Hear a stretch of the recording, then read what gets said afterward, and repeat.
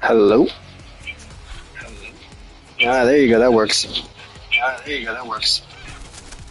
Alright, let's see. It is, right now it's, damn, I can't even see the time right now. Where's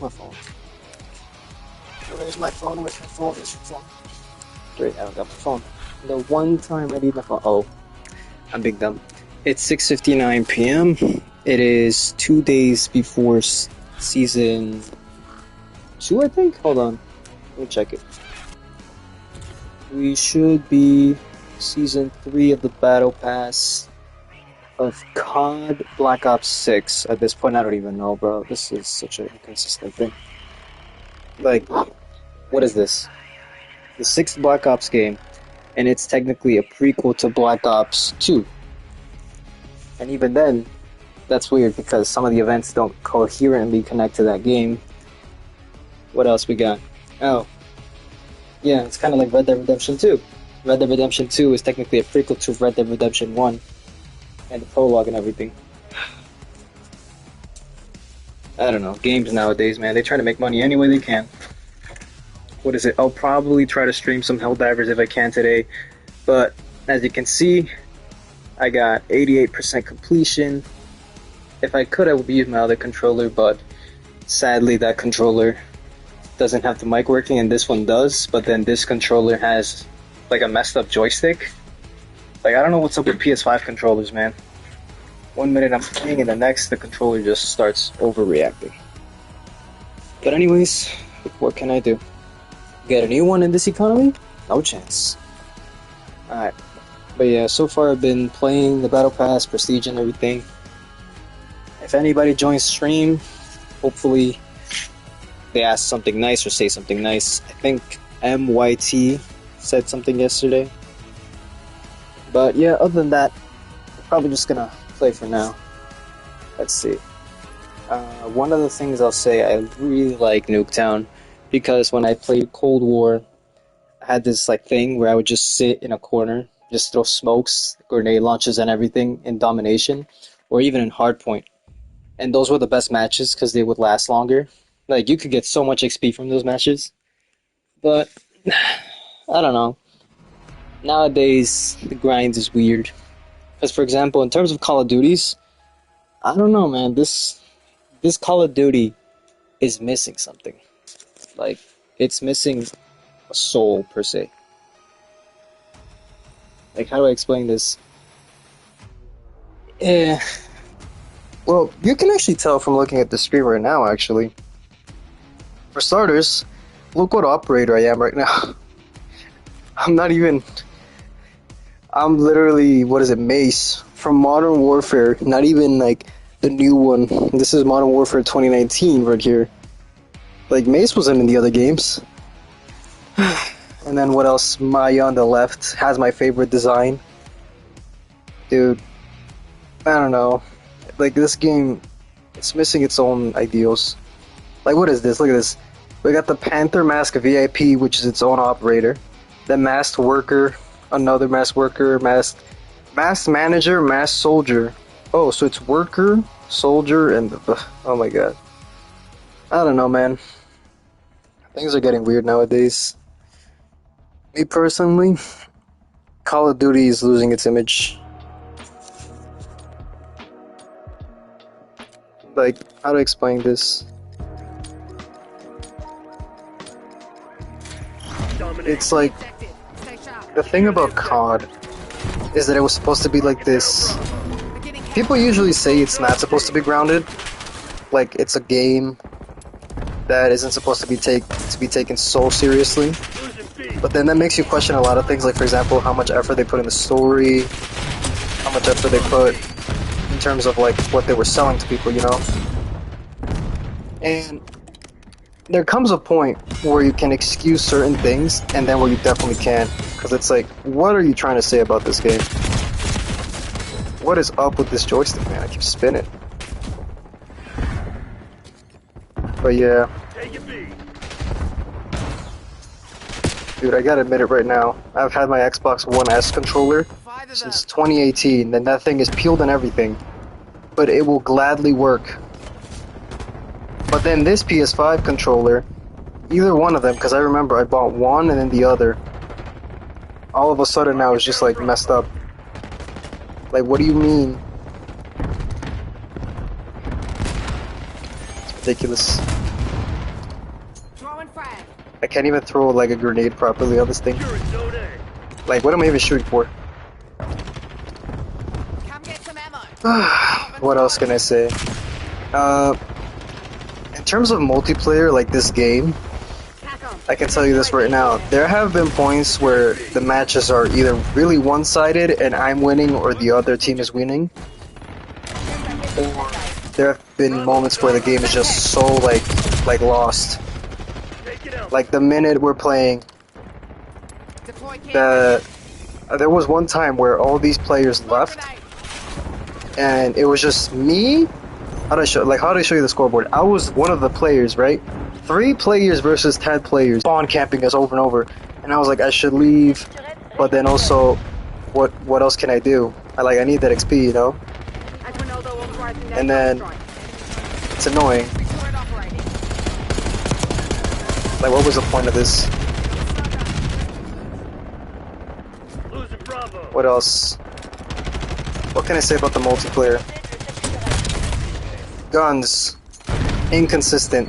So inconsistent. Like when I remember using the thumpers in Black Ops Cold War, it used to be so cool. Just like going thump thump. That's it. Guns. What the hell happened to the guns, man? The amount of them, so inconsistent. Like we used to have so many gun types, and now there's not even that many. If you're lucky, you'll get a good shotgun, and then that's it. And sometimes people will say, well, hey, if you want to get more shotguns, just change your, change your class, change your gunsmith, and maybe your shotgun will be suited for your needs. I'm not saying I need a different shotgun, like my shotgun to be customized to my needs. I'm saying there should be more to choose from. And then there's another problem with that. Call of Duty, for some reason, has this idea that, oh, when people say they want more guns, you need to bring guns from other games. Like, as we've seen before, there was a point where they brought guns from Advanced Warfare. I'm just like, what? But, okay. Why are you bringing guns from Advanced Warfare? That's makes no sense. And it's like, oh, but you guys like Advanced Warfare, right? It's like, yeah. The people that wanted a new game, not that they wanted content from the game to be ported to other games. Like, that's kind of the thing. For example, with COD Mobile, for example, they brought a lot of Black Ops skins, right? And that wasn't the time when they were still chilling. You know, with Activision, they're like, hey guys, we got a contract with you, and we want to make COD Mobile be the best game there is. So how about we bring some skins for people? They're like, okay. So let's put the Black Ops skins. People will love those operators. But in terms of how they make sense, they don't, because sure, they look cool, but now you have these skins that are supposed to be running on walls and everything. So what's the point? It's weird. Just weird. What else? I think it's down to like content, like the misconception of what people want. They don't know it. They just don't. Oh, that was sick. But what else can I say? As you see right now, I'm playing Noobtown. If they could come up with something original, that'd be nice. Like, for example, the fact that people are like, oh, you guys like Shipment, so play Stakeout. Yeah, sure. But that doesn't excuse anything. Right. What else can I say? What else can I say? Things to talk about COD-wise. There's actually a lot to talk about un-COD-wise, but yeah. Oh, speaking of COD, actually, since we're on that topic, Warzone Mobile got shut down. I can't believe I'm saying this, but actually at the same time I can. But it's kind of like, how to explain this to you.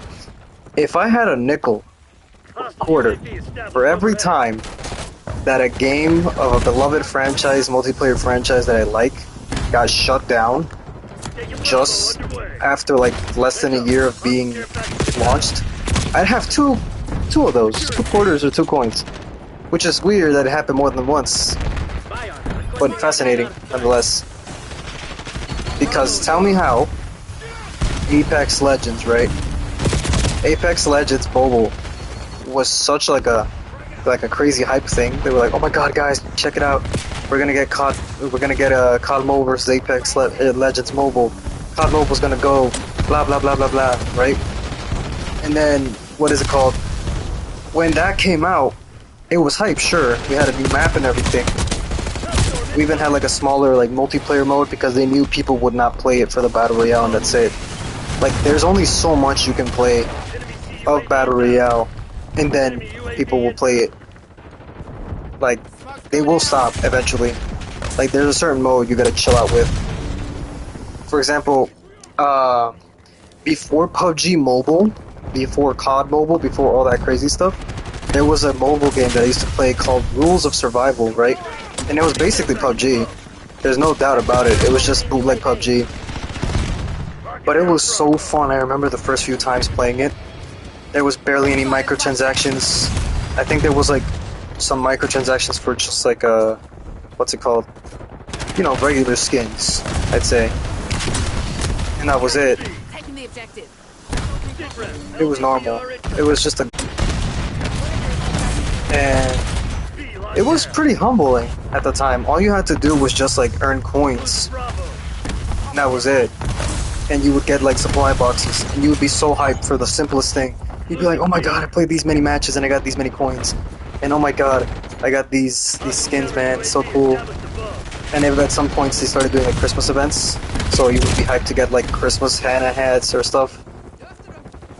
And then when Fortnite Mobile was gonna become a thing, everybody was like, oh, Fortnite Mobile. So then let's change it up a bit. They created bootleg Fortnite by doing creative destruction. Same company. I think it was NetEase Games. Yeah, that's the crazy thing.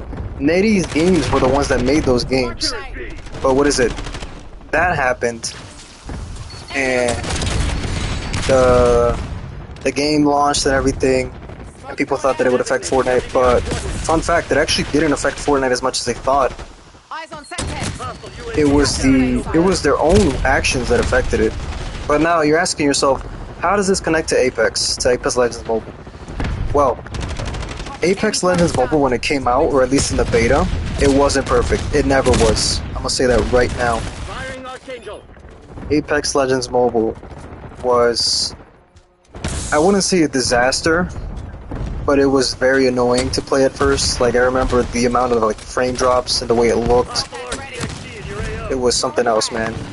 But damn if it didn't like it had good mechanics. Everything from the consoles, like the PC versions, was there.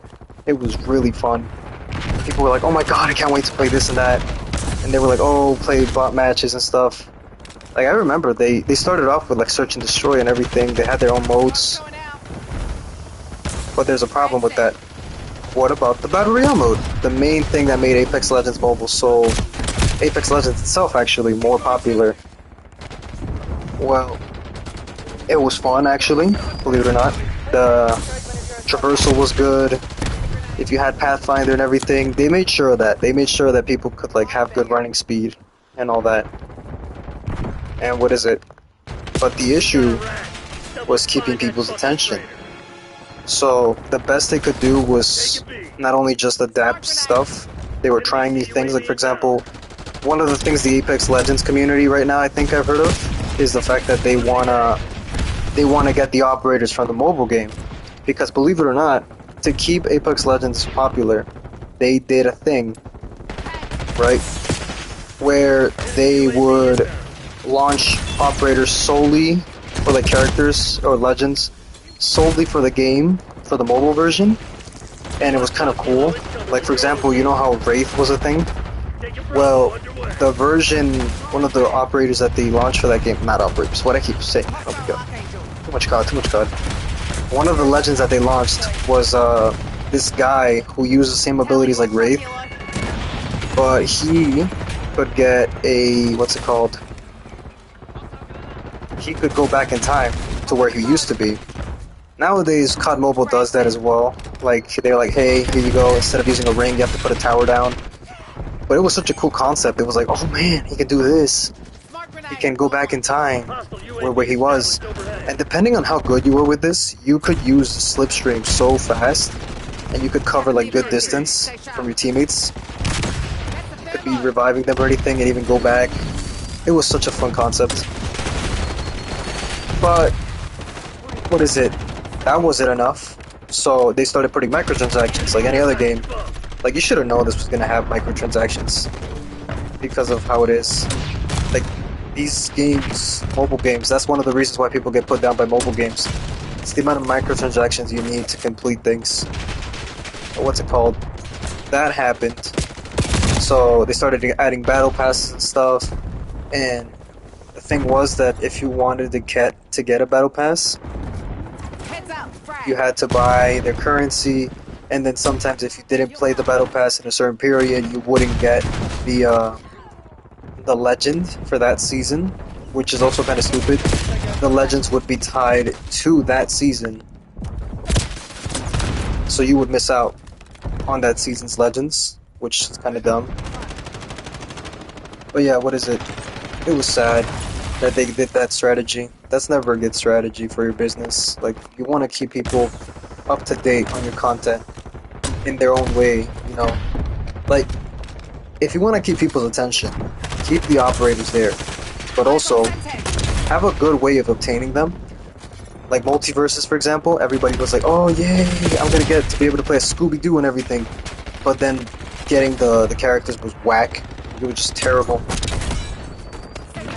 But what else can I say? Yeah, so that happened, and that wasn't enough. So they started like adding more characters. I mean, not characters. They didn't like that too. Some people didn't like that we only got their new characters, so they were saying, okay, when are we gonna get the legends we're used to, right? Like, oh, when are we gonna get Revenant? Or when are we gonna get, what's it called? I don't even think, yeah, Octane wasn't even there for a certain period of time. Concussion grenade sighted. Enemy RCXD detected. But, yeah, that happened. So, it's passing time, they added a new map, a new Battle Royale map, smaller modes, stuff like that. You know, things for people to enjoy instead of having to just play that. And that was one of the things that sucked, by the way. Playing Apex Legends on ranks, or even in general, is just so sweaty. Like, that's one of the reasons why people got put off by COD with its movement. Because it reminds them a lot of these crazy games with movement systems that are so broken. What the hell? Oh damn. I keep forgetting how good that perk is. Got a mover.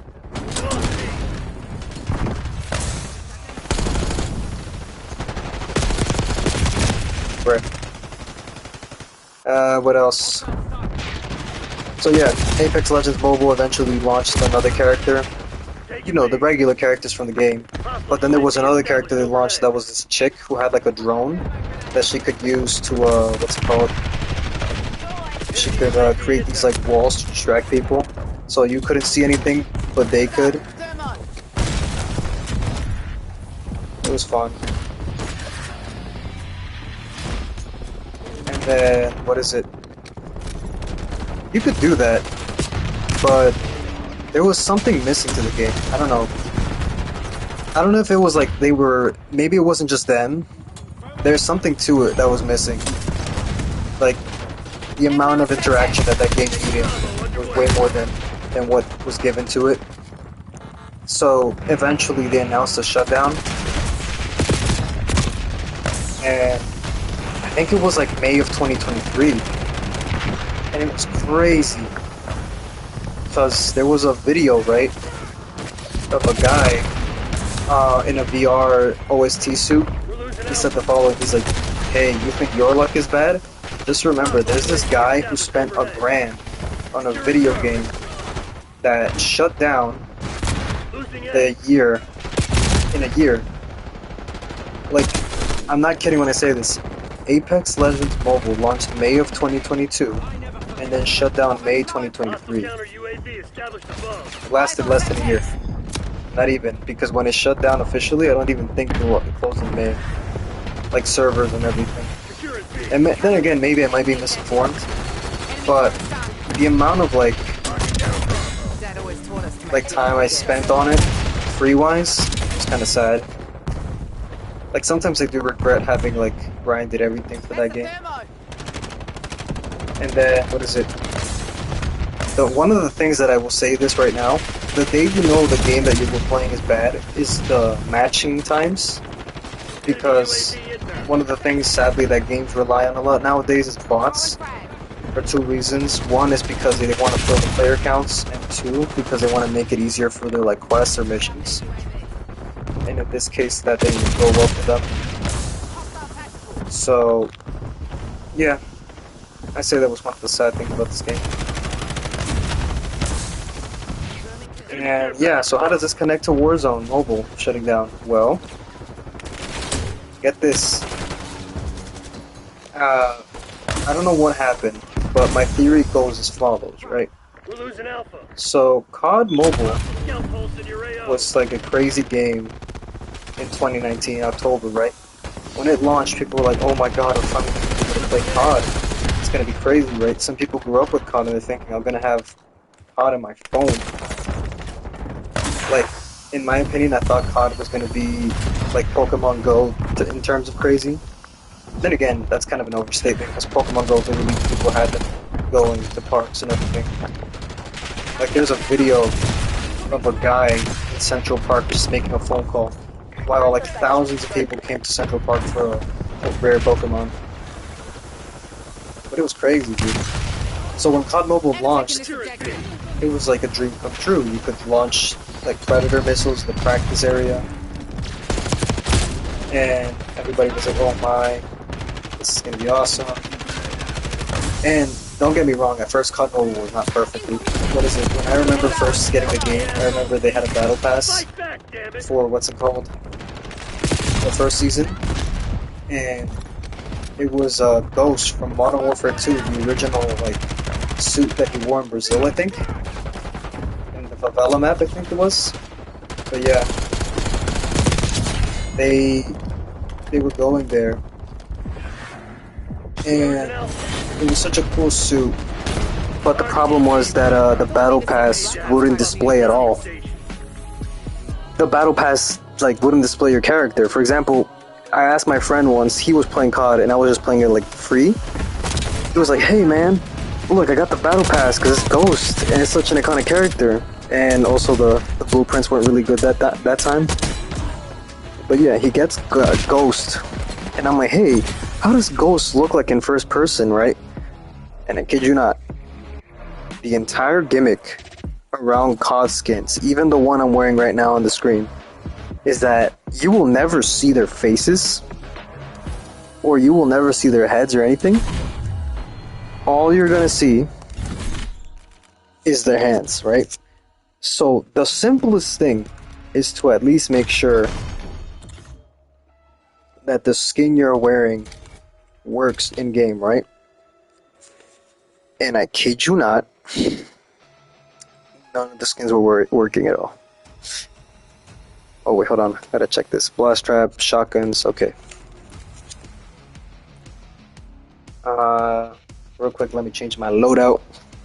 This is getting ridiculous. Blast trap, blast trap, blast trap. There you go. Or I could just change this, hold on. Quartermaster.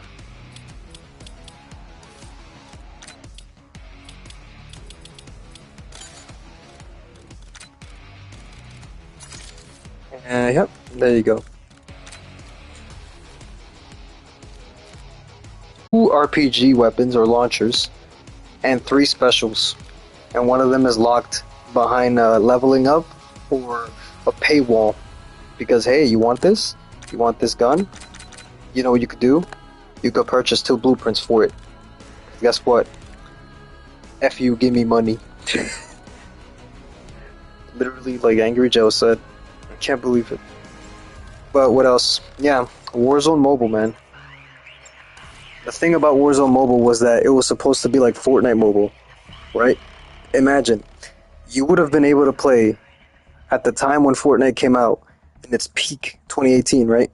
You were able to play Fortnite on PC, consoles, Xbox, PS5, whatever those you had, and a Nintendo Switch in a single game, all in the same party, people would have lost their minds, man. You couldn't believe it. It was like something out of this earth. Like, it was one of the most convenient games you could think about at the time. That's why it was such a revolutionary thing, crossplay and everything. Hold on. Come on, Paul Rudd. Oh, wait. Why did I say Paul Rudd?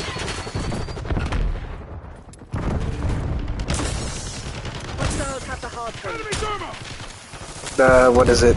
But yeah. It was such a convenient game. So, then years later they had that I Fight with Epic, but now it's back, I guess. Fight with Apple. But, yeah. So then Activision was like, hey, wait a minute, what if we had a mobile game like that could connect everywhere? But there was a problem with that. You already have another game, another COD mobile.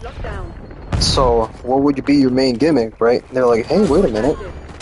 We have another game. It's called Warzone. But the question is, how would you port it? Easy, you wouldn't port it. It would be its own game. And that was already a weird plan to begin with, because COD has always been about, oh, how you can play the game and it's fun and all that. But it was never free. COD has never been free. It is literally just the same game, but with an updated new skin every time. There is no way of lying about that. That is literally what COD is. The only reason why COD Mobile is free is because of collabs and stuff. But what is it? That happens. And, you know, people wanted a new game, so they got it. It was Warzone Mobile. They were like, hey, Warzone Mobile, how's it going to work? It's going to use the same engine and stuff. It's going to have the same inspecs and all the other cool stuff. But the thing is, it's not going to be directly crossplay. They're like, what? What do you mean it's not going to be crossplay? So it's going to be its own mobile game then, right? Yeah. Okay, so how is it crossplay then? How does it connect to the other games? And get this. Warzone Mobile's entire point was to be basically nothing more than a progress point. That's what that was. That's what Warzone Mobile was. It was a progress point. And it was kind of sad because... what is it? You think that they were going to be smarter with this, right? You think it's COD. You generate billions of dollars every year. Like, every time you release a game, right, you'd at least put some effort or some ideas into a game like that, right? Like, it's a game that's going to connect to your other games. So, yeah, you think, okay, well, if it's nothing more than a level up game, then at least make it good, right? At least make it work. So, we started working with it, blah blah blah. They announced the game, it was going to be a big deal, multiple events and everything, COD events. I remember like 2023 summer? Or at least like summer 2024. Yeah, wait a minute. It's been a minute. Yeah, this time it was more. It was supposed to come out later that year, but then they delayed it because apparently it was not gonna work. And you could see that, man. What is it? There was already clips going around of what Warzone looked like. People wanted to try it and everything. Because they were like, oh my god, we got the gulag. We got... what is it? What is this? Where's this person? What in the world's going on with this map? But yeah. It was such a idea to have Warzone on your phone. Because the thing about COD Mobile now, as it nowadays, like if you think about COD Mobile, it looks weird because COD Mobile looks like it was made for 2019 or 2018. How to explain this? So I think it was around, what is it, 2019, yeah. Right, wait a minute. Okay, so 2019 was when the first Modern Warfare released. 2020 was when we got Cold War. 2021 was Sadly, Vanguard 2022 was Modern Warfare 2022, and then Modern Warfare 2023, we're just gonna say that, and nothing more. But yeah, because of the fact that the COD mobile game launched around that time, it ended up looking a lot like the COD of that time. So why does it look like that? Because of Black Ops 4. It's that simple. So people were like, okay, but we need a new COD. We need a new COD with a fresh paint coat of paint. But that wasn't gonna work because it's not just about making it look different. It's about the mobility. It's about the way you inspect guns. It's about the way the game is, in a sense, right? So now you're asking yourself, okay, if that's gonna happen, how's it gonna work? They imported an engine and everything and expected it to just work, and it didn't. Like a good man once said, everything just works. Yeah, right. Not in this case. Freaking, what's it called? They launched the game, and they gave betas and everything, and it was a whole fiasco. So they were like, we gotta delay it. But then when that didn't work, they just released it regardless, until the day it was shut down even. Like, that's how bad it was, because, you know, people used to post, like, videos of Apex Legends being laggy. I am telling you right now, Warzone Mobile, no matter what you did to that game sometimes, could look horrible no matter what rig you had. Keep in mind, some people have the newest phones, the newest, like, gaming thing, because for some reason Apple kept promoting that, right? They kept promoting, like, oh, how the game is gonna be really good in this certain phone and stuff, but so what is it? All that time passes, and Warzone Mobile comes out, and the way it worked was, it was a free game. You could play Battle Royale and everything on it, but they knew that would also not keep people's attention, so they released multiplayer modes for it.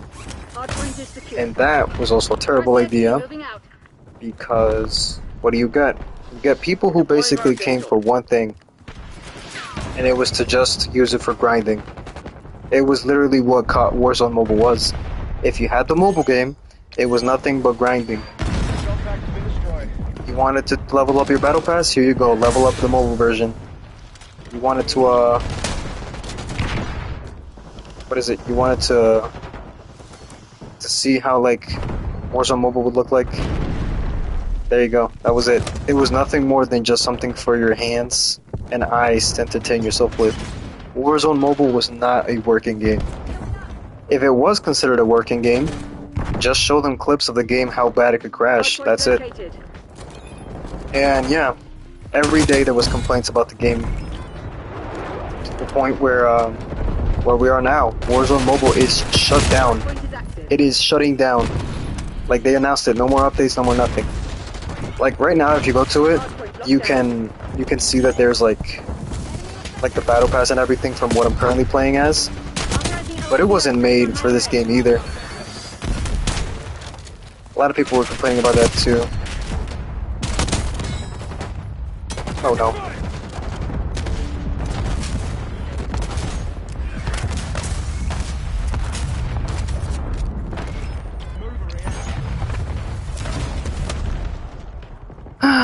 But yeah. So eventually Warzone Mobile had to shut down. They announced it. They're like, hey man, so we realized that the game that we created wasn't suitable for people, and that the game is not gonna keep running. Let's be honest, it's not gonna work out, guys. It literally sounded like they were just breaking up. Like, if you check out the tweet, it's just sad. They're like, damn, okay, let's see how it is. And yeah. And the worst part about this, like the funniest thing, but at the same time the worst, it's the fact that the people who supported the game so much were like, hey, you haters, you wanted the game to shut down, well, there it is, you happy now? And me personally, I always kept telling people, like, no, if you try to say that Warzone Mobile is better than COD Mobile, I'm honestly gonna say no to that, because I was playing COD Mobile since 2019, during COVID and everything, their anniversaries and all that. let me tell you, they've kept the game very, very entertaining. They've added free content for people, they've created stuff, and it's been a hell of a ride. And honestly, it was amazing. Oh, and you want to know what else killed Warzone Mobile? And actually, what killed Warzone Mobile, what killed Rules of Survival, and what killed Creative Destruction? Two of the games made by NetEase, by the way. Their microtransactions and their skins made no sense. Like, I'm telling you this right now. When the games launched, they were super serious. Or at least, most of it was. Like, Creative Destruction made sense, you know, it wasn't that serious. But Rules of Survival, man, the way it was crazy. We had a zombie game and everything to look the way we did. And it was fun, exciting. But man, there was a point where it became excessive. Like, it was so poppy and flashy, the skins made no sense. You had to pay thousands of dollars for the content. It was ridiculous, man. Same thing with Creative Destruction, man. Some of these supply drops were just randomized. That's another thing. We're still using supply drops for skins, and that's why people got annoyed by it. It's like, why are you using a supply drop for a skin in a game in the big 2020? Even in the big 2010s, like late 2010s? For sure, Advanced Warfare had that, and a lot of other games already had that at the time. But, I don't know, it was dumb. Those games were not meant to have those supply drops, so that's the death of games right there. But, yeah, Warzone Mobile decided to have crazy lucky draw skins and microtransactions, so... Yep, they failed immediately. People started hating that. They were like, bruh, we have COD Mobile. We have lucky draws in COD Mobile. Don't add it. It's a terrible idea. They didn't listen. Look at that. Hardpoint located. And what is it? When that got added, the issue with that is that we had seen so often in COD Mobile, microtransactions, lucky draws, all those things, skins that had like crazy eliminations and everything. And here's the thing, I'm used to that. It's COD Mobile. To me, I'm used to it. I have a few of them. And even then, that's a lot to say because, you know, I have those just because I enjoy them. And honestly, I won't judge people for it.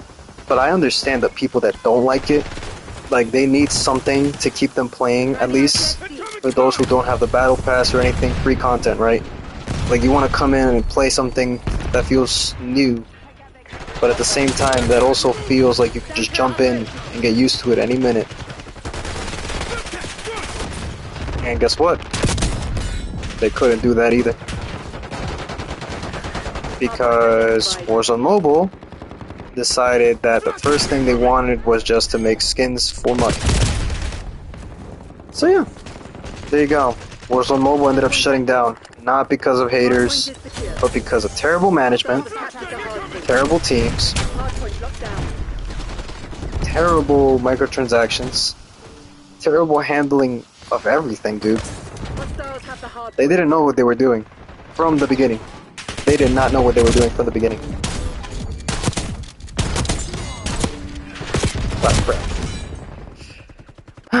And what is it? Yeah. They should have just let that project go. Never announced it. Like, they weren't ready for that task. Oh, and one of the theories that I had about Activision and Tencent was that, when it came to COD Mobile, my theory was that, they were having like a fight. Kind of like Epic and stuff, but except here's the thing.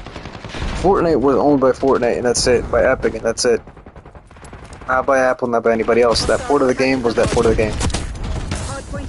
But when it came to like... It's called... Oh crap, wait.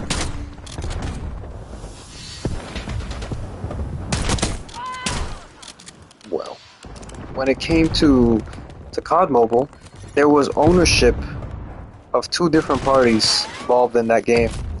Wow, I got RPG'd midair.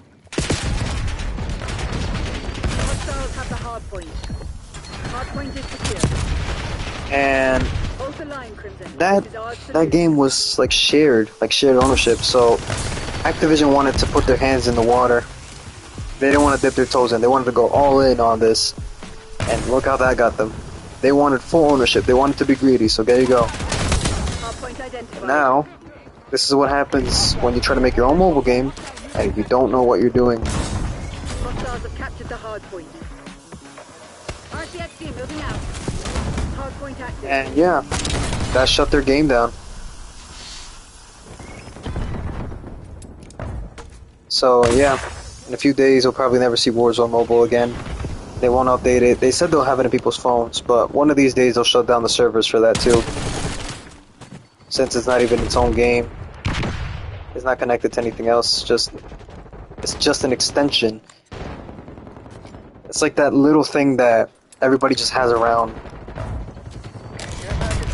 Made no sense to make it, honestly. What a waste. And a sad waste too, because it was an interesting engine and everything. Like thing. It's incredible. But it's just sad. Like, it helped at least a little bit in COD, because COD Mobile can be better. Like, there's things that it does need help. I'm never saying that COD Mobile was good perfectly. No. COD Mobile is good, but not good perfect. There's some things that need to be changed. But yeah, there goes Warzone Mobile. Another game shut down in less than a year from a big franchise. And all I'm gonna say is, it was y'all's fault, Activision. You decided to play around. There you go. And sure, I'll be playing this game, but that don't mean nothing. Because it's nothing more and nothing less than an example of what things look when they're done better and what things look like when they're done terribly. But yeah, that's that on Activision. In terms of what COD Mobile could fix, for example, I think it could fix a lot of things. For example, like, wait, what's Splitgate? I'm looking at my screen. Apparently there's a game called Splitgate being announced. What do you know? Another fast-paced shooter, as usual.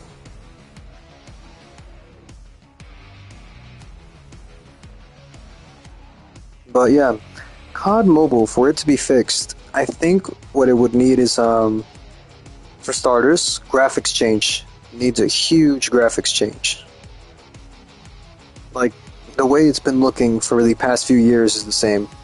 They need to add more depth designs to their things. It needs a great graphic overhaul, because I understand it was made in 2019 and with that design in mind, but they need to change it up, because there's something about it, the way it looks, like its graphics and everything, that needs to change. Like, it needs a tint. I remember when they added the customization for the UI and everything on COD, it was a huge change, because they basically, what they did was they could change the color of your game. You could just make it look like Warzone, because Warzone has like a certain tint to it. But then Warzone came out, it's like, we don't need that. But now people are more humble with this game, in terms of COD Mobile being what it is now. Oh yeah, and speaking of which, when it first came out, you couldn't have the skins generate properly. Like, if you had a battle pass, it was not working. The game was not working. You were a default soldier. No matter what skin you had, you were just there. But then something interesting happened. If you had, what's it called? If you had like Ruin from Black Ops 3, right? That was one of their first few packs that they sold.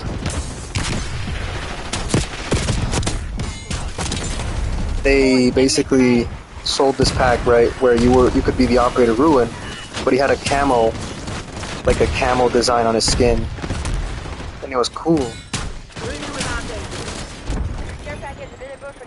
But when you generated the character, your hands would look like the ones on my screen right now. How to explain this? If you see the design, right, these looks like Battery's hands. The one on the left is Battery, the one on the right is Seraph, but mostly the same design. You could actually look like that. Eyes on Semtex. It was pretty fun. But what's it called? You could buy the skin, and you would look by default. You would look like one of the Black Ops 3 operators. So people were like, "Oh, what if we get that skin? That'd be cool, right?" And I personally love that skin. I'll never forget this, bro. When I got that skin, it was 15 bucks. 15 bucks, I think, for a pack to look like Ruin and to have like a robot operator. Me personally, I was thinking that's my skin for the rest of the game, right? That's my skin and that's it. And it was sick, honestly. I remember playing it for the first time as that skin. I was like, oh, that's so cool. I literally just got bombarded when I said that and got that gun. But yeah, I was like, this is such a cool design. I'm a Black Ops 3 operator. I look cool. But it never came to my mind, like, wait a minute, my hands are supposed to be green and my hands are supposed to be like a demolitions expert robot hands. So why can't I look like that? And for many days, for many weeks, that's how it was. We just never had crazy skins. We had a few skins, and that was a Ruin one. We did a Halloween update. But then something interesting happened.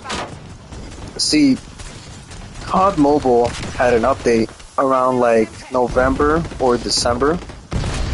And what is it? When it came to that, I was like, Archangel prepping fire. I want to get that. And so, something interesting happened in that time. A company by the name of Fruit Lab came out around that time, around the fall. And it was such an interesting concept, right? Basically, I don't know if you ever guys heard this. There was a thing, an app. You would get paid for walking. Literally, that's how they described it. But in reality, it was like a whole loophole. Basically, what you would get paid for was to walk a little bit, and you would get paid in random gift cards. And by random, I mean seriously random. Like, you could choose either a keychain gift card for like a necklace or something, or you could get a, what's it called?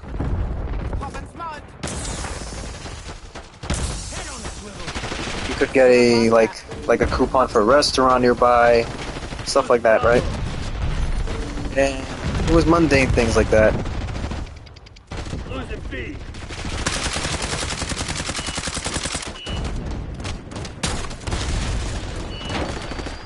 Where is my RPG?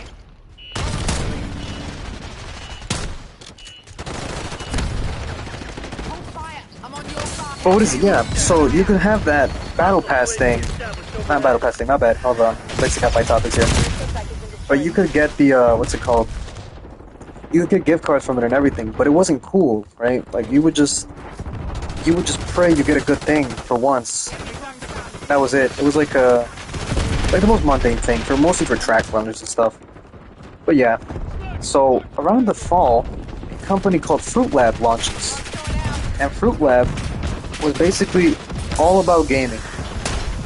You wanted to see videos about gaming? There it is. You wanted to see Fortnite videos? There it is. And you would think, oh, what is this, like Twitch? And I would say no, it was more like YouTube for gaming. And the way it would work is, you would play games, whatever, and then you would open your channel, post a clip, and people would like it or whatever, or you, as a viewer, would watch videos about people playing games, and you could watch as many as you wanted. Eyes on Semtex. Watch the whole video. Sometimes you wouldn't even have to watch the video. You could watch ads for the video, and you would get these things called pips, which were basically like in-game currency. Not in-game, but like the website. And this currency was basically like a few cents, right? But very inflated. Don't think it wasn't. But around the time, if you had like, let's say 500 pips, you had $5. If you had 1,000 pips, you had $10. And it was a whole thing. It was like, wait a minute, what do I do with this money? And this is where the gift cards would come in. The gift cards they offered weren't just any gift cards. They were gaming gift cards for Apple, for Nintendo, for PlayStation, Xbox. Any gift card you wanted, you could use it. And it got better. Let's say, for example, you referred to a friend through your link, you could get 500 pips. So for every time you were referring somebody on your link, you would get like $5 out of it. And it was sick. It was like, wow, what a concept, man. You're telling me that I could just send my link to people or even watch videos, and in 1 week I could make $10 just for my games? I'm in. And I kid you not, that thing blew up so quickly. I remember in school, right? This was my senior year. We had a thing where me and my friends would be like, hey, send this link to this person or send this link to this person, and they'll probably join us, and then just have everybody watch videos. And it wouldn't even take a lot of your time. It would just take like maybe a few minutes to watch these videos. And it was such a cool concept. So we would eventually do things like this. Like I remember I had a friend, he's like, hey man, I think I got like 1,500 pips, which is like $50. If you do this thing for me, or if you trade with me, I'll get you a skin for Fortnite if you give me some of these pips. And technically it made sense because, man, the taxes for Fortnite skins was crazy. Nobody ever thinks about the taxes for those skins, but yeah, those things are taxable. But yeah, we had a whole trading system, everything. It was cool. And, what's it called? Eventually, during COVID, I think, that system fell. Because I remember one time me and my friend decided to FaceTime from high school, once. And when we're FaceTiming, I mentioned pips again, Fruit Lab. He's like, wait a minute, how many pips did you say you had last time? I said I had 80,000. I said I had 8,000 pips. I kid you not, out of nowhere, I had 80,000 pips. And I'm like, dude, I have 80,000 pips. I'm gonna go buy something. I'm gonna go get these gift cards and everything, right? Because I kid you not, Fortnite was crazy around that time. Like, one of the luckiest things I ever did was get the Travis Scott skin and the Cable skin all in one sitting. And I think I got most of the set. But yeah. What is it? That happens. And my friend and I look at each other, and there was an announcement on the website. They had created an inflation for the pips. And it was twisted. I was like, damn, so now we can't even earn a little bit. And it's like, how long would it even take us to get back to $10? It was ridiculous, honestly. You were not getting any pips nowhere. The videos you posted, the comments, anything, the likes, nothing mattered. Nothing mattered at all in that game. In that website. It didn't matter. Pip system was ruined. And then actually a few months ago, I think 8 months ago, it got shut down. But yeah. That was that. And now you may be asking yourself, why am I speaking about this website with gift cards and everything that's shut down? Well, that's how my journey with COD Mobile actually started. See, around I think November or December, whenever Season 2 of COD Mobile launched, the first Season 2, right? First one, because nowadays they're doing repeats, it's ridiculous. Basically what happened was, I had 1,000 pips. And I was usually just getting V-Bucks after V-Bucks. I was getting skins back to back, no problem. And that happens. I'm like, okay, well, if that's gonna be the case, I have 1,000 V-Bucks or 1,000 pips. What do I do? And a friend of mine goes, hey man, what are you doing? I'm like, I can't decide whether or not I should get 1,000 V-Bucks or COD points. He's like, dude, why don't you get COD points? And I'm like, why? He's like, think about it. 1,000 V-Bucks would probably just buy a skin, and since you already get the battle pass for free since you complete it every time, no point, right? You grind so much. I'm like, you're right. And I'm like, what about the COD stuff, right? What about the skins and everything? I didn't even mention that to him, but I'm just thinking about that. But he's like, yeah, go for it, dude. Get that. You're gonna get content and everything, and you'll be good. I kid you not. The same exact time that Battle Pass came out, that exact month, the game finally updated COD Mobile. They changed the game how it looked. I'm talking, like, the Battle Pass skins were no longer locked with default skin, like, randomly. It was amazing. Like, the first two skins that released were Alex Mason and Ruin, but in a whole new, like, concept skin. It was something else, man. It was awesome. The Battle Royale skin for Ranked was better. And there was even a skin for the AK-47 that was cool. It was awesome.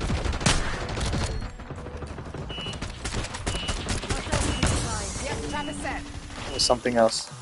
Sighted flag And so down. yeah, They're taking C. Taking this objective. eventually, what is it? When that game came out, when that update came out, I got the battle pass. It was awesome. So it was thanks to Pips that I actually have the battle pass now.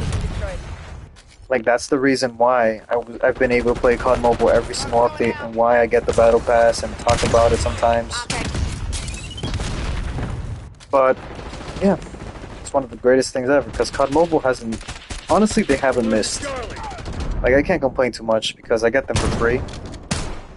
I get the battle passes for free now thanks to this one friend who's like, "Yo, bro, get this. You know, if you're gonna use it for free." And yeah, so every time COD Mobile updates, to me, it's like something brand new. And yeah, it's been a fun time with COD Mobile. In terms of what is it called, skins for the battle passes, I'd say one of the coolest things about that game is how they bring skins from every single game. I'm not kidding. One of the most hyped battle passes they ever did was they brought David Mason, the protagonist from Black Ops 2, and Alex Mason's son, and Reaper from Black Ops 3. Reaper being my favorite operator from Black Ops 3, man. I was so hyped. However, I'll say this right now. When Reaper came out, oh my god, man. Reaper, when he launched, had a weird voice. It wasn't his voice. Like, you know how Reaper's voice sounds like? Like, it has a huge filter on it, but it's like supposed to be emotionless. He's supposed to be like, enemy, locked dead, or something like that. It was crazy. It was cool, right? And then you hear him in the game, and everybody's like, wait a minute, this isn't Reaper. What does this sound like? And everybody started realizing, wait a minute, this sounds like the bus driver from the Zombies map. Could this be like a possible Zombies map thing? Is that what we're seeing here? But yeah, it was crazy. Hostile tactical. Smoke's going out. Setting up blast trap. Taking A. What is this gun? Oh, this is the thing with the crossbow. Hold fire. I'm on your side. Honestly, I don't know how this thing works, but...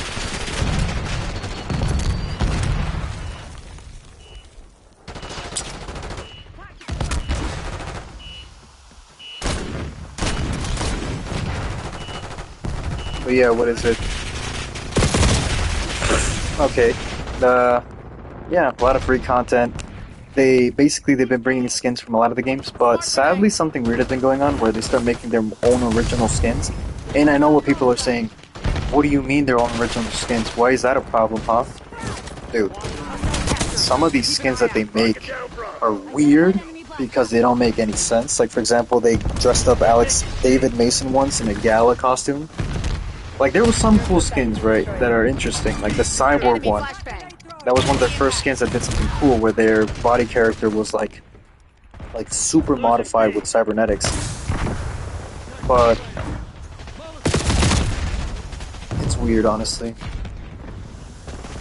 And now they went on a good run with those skins. They went on a good run with the Modern Warfare skins. They brought skins from Infinite Warfare, all those stuffs, like original concept skins are really weird nowadays because they keep making some strange decisions with them.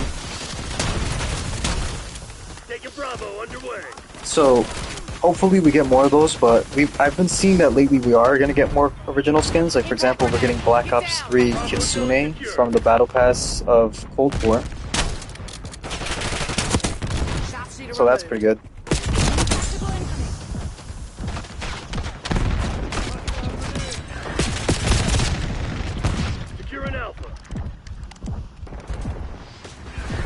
Don't worry, I got this dude right here. Take it out.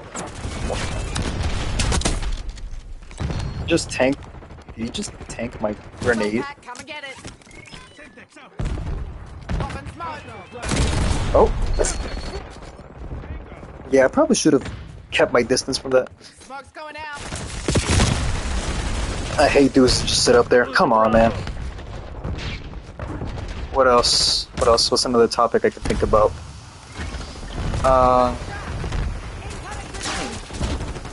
Oh, COD Mobile. That's a good topic that I already finished. So now back to the main COD Black Ops 6. What happened to the campaign, man? I don't get it. Smart grenade. What happened with just having a story? Like with having a protagonist and just being there?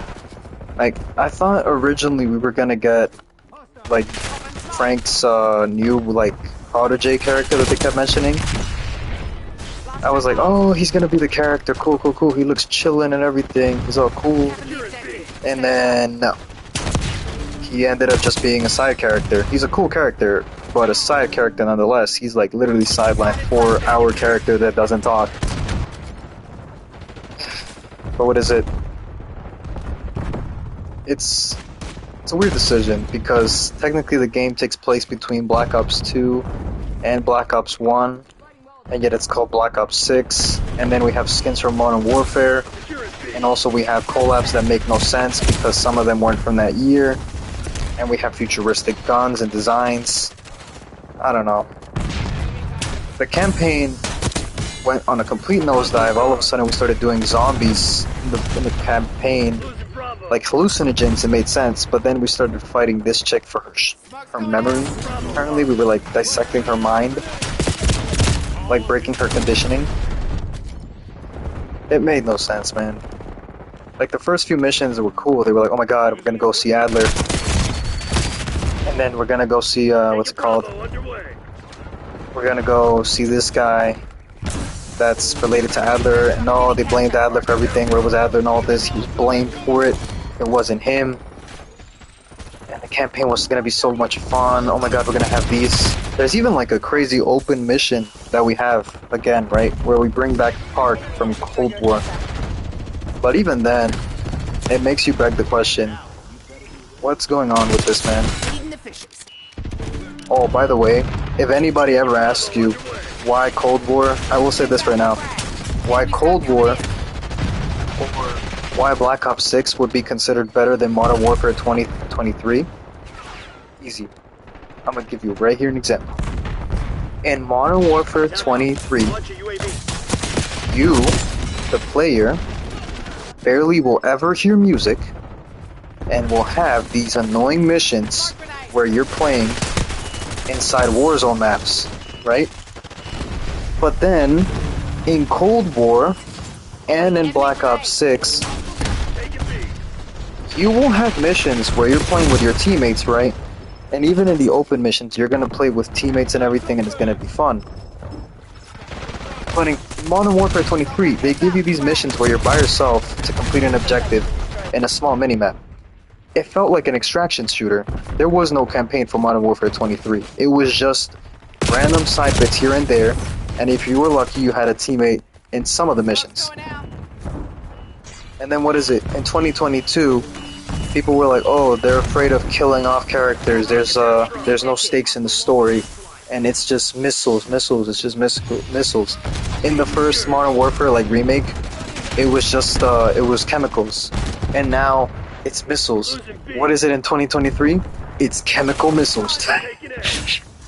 Literally, they couldn't come up with anything original for being like the thing that brings stakes to this. And then we got Makarov. Holy crap, they murdered Makarov, dude. I don't think you understand.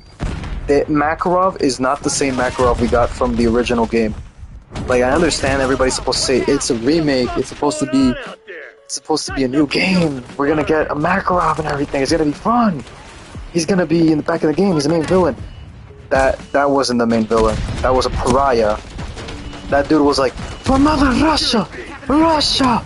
And I'm like, that's not what Makarov was about. If I remember directly, Makarov, in the first games, in the OG games, he was like a terrorist, dude. He was literally one of the worst characters.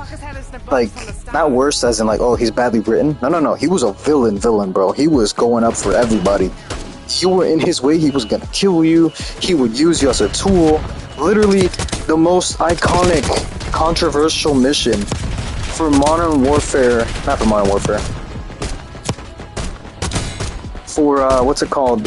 Yeah, for Modern Warfare 2, that airport scene, you were being used as a tool by him. The tool being, you were set there to blame it on America, the attack that he created. So you were thinking, okay, this guy is subtle. This guy will not care which side he wants. He wants war. He wants to cause chaos. That's what his thing is, right? That's what Makarov is as a person. Okay. So you're wondering, okay, what does this got to do with the new Makarov, right? How is he going to fit in this story? Because technically speaking, Makarov, as a character, how does he work correctly? No, he does not. He does not work correctly at all. You will literally be surprised. For starters, he doesn't make any sense. And you may ask, how does he not make any sense? They're just presenting him. And I kid you not when I say this, Makarov in the Modern Warfare remakes is literally just put in the story. Out of nowhere. Out of nowhere, Makarov is just brought in. How, you may ask? Well, get this. Modern Warfare 1, no mention of him. We literally just started building up Task Force 1 for 1 at the end of the game. Okay. Modern Warfare 2, we were fighting the cartel because these people were bringing in this one guy, this terrorist, who was bringing in missiles. Right. So where does Makarov come in? At the end of the game, randomly, they go, it's Makarov. And everybody was like, oh my god, yay, Makarov. That was for nostalgia, bro. That was just for nostalgia. Because imagine if you were like one of those new kids who didn't know what Makarov was. Bam, you were so confused. Who's Makarov? Okay, you start watching YouTube videos. Bam, I know who he is. No, you don't. You don't. Because then, and one of the things that sucks about Call of Duty now, you want to get the full story, you have to watch the Battle Pass videos. That's how it is. You want to watch the full story, you got to watch the Battle Pass. So, the final clip, I think it was before Modern Warfare 3 came out, or Modern Warfare 23, was these guys get on a plane, and on the plane, they have this other guy who's building his pistol on the plane with a porcelain, right? Eliminate all threats. And he's building his pistol little by little, putting all the pieces together in order to make it come together, and that's how he's gonna take over the plane. Right, simple as that. But then he gets a text message on the phone and he goes, no Russian. And he just throws the phone away. You're like, wait, no Russian? Ooh, does that mean he's gonna do the thing from the other game? Is this gonna be another controversial mission? Is this gonna be a mission that's gonna like cause controversy like the other ones? Like I'm telling you, man, Call of Duty was not afraid to take the United States lore. Okay? They would literally grab like news agencies by the throat, be like, hey, you want attention? I'm right here. I'll give you all the attention you want. Here you go. I'm gonna give you some real news, bro. Like Modern Warfare 2, we had the attack missions on the airport, and then not even Modern Warfare, Black Ops. I think it was Black Ops 2. We had literal like, what's it called? We literally had politicians, I think it was from Cuba, that were in this, and people were complaining and everything, and they could not care because, you know, they were just writing a video game. It's fiction, technically, right? Okay. So you think, right, all of that is done.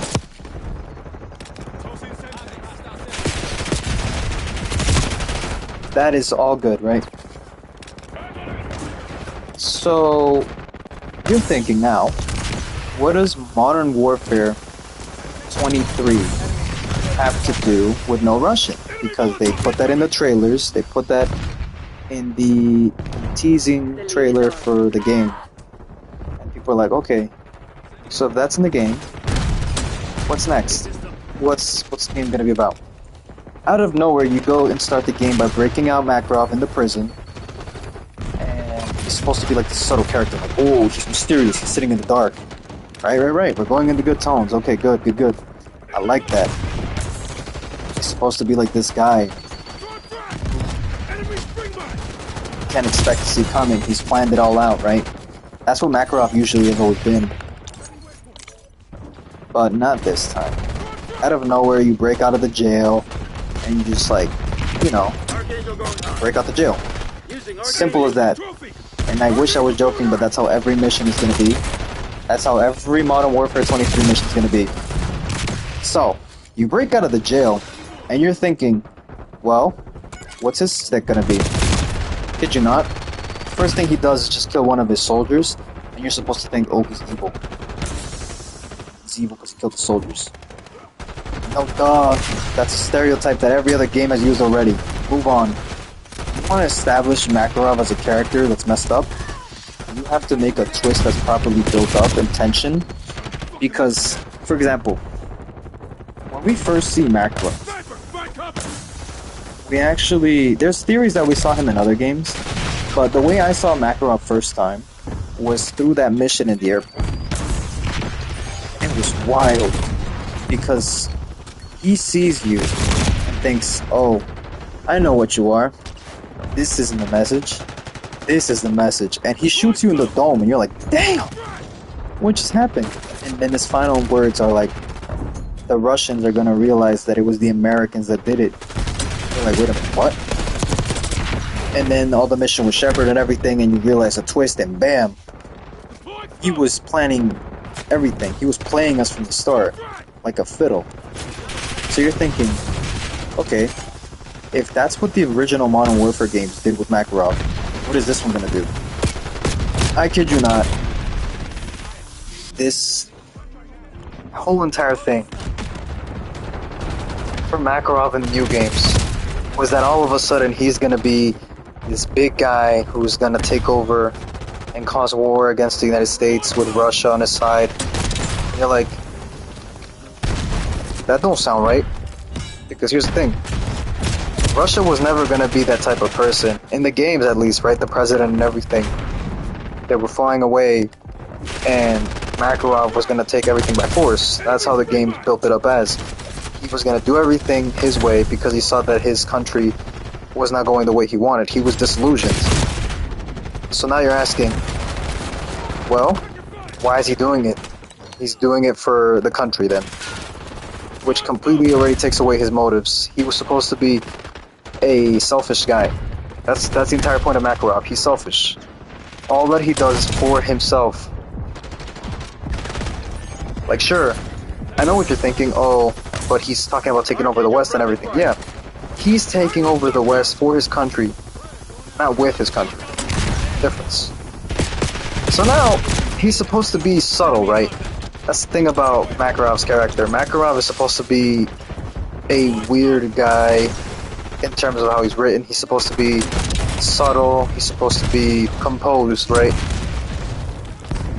He's supposed to keep himself like always on top of the enemy, always with that idea that he's the next thing.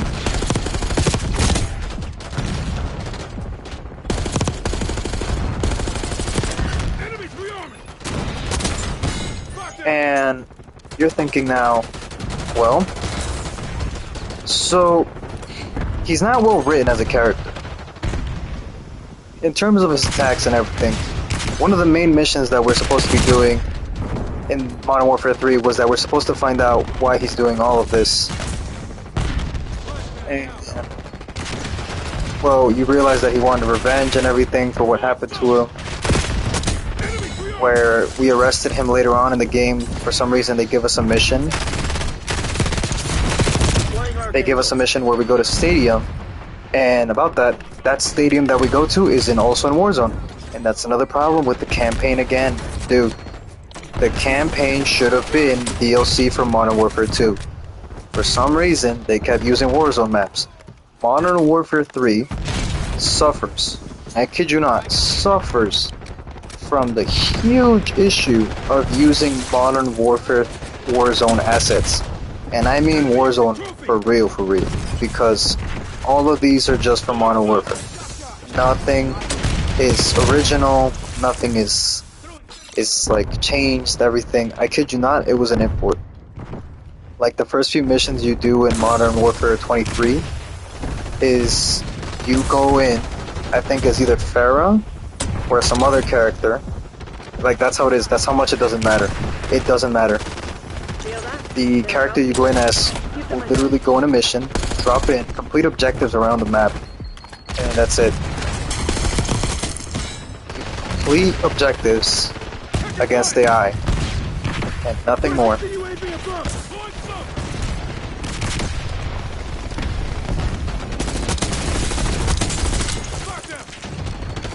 And now you may be asking yourself, if that's all we're doing, Archangel going hot. what's the point? What's the point of playing this game, right? Well, closure. That's the entire point of this, is closure. Bruh. The game literally has you playing by yourself most of the time. You barely play with AI. There's even a mission where Gaz has to go in a building, and it's pretty sick, dude. I'm not gonna lie, that's a cool mission. You go inside as Gaz, and you have to take them out quietly, because if you take them out loud, you're gonna have to move faster, and it's very fun. It's so cool. And kid you not, that's one of the few missions in that mode, in that game, that will actually have, you know, AI companions. But I don't know how to explain this.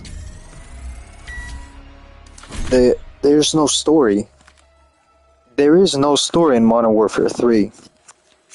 At that point, it's just cutscene after cutscene, waiting for the game to prolong. And another thing is, the game, like if you actually play the campaign, it is so short. I'll never forget this, man. When I played Black Ops 6, right, the campaign, I think, because of time, took me 2 days to finish. Okay. I believe I started Modern Warfare 23 around 12 p.m. that day that it released, because I got it early access. And I finished it at 7 p.m. in the afternoon. 7 p.m. in the afternoon on a Friday.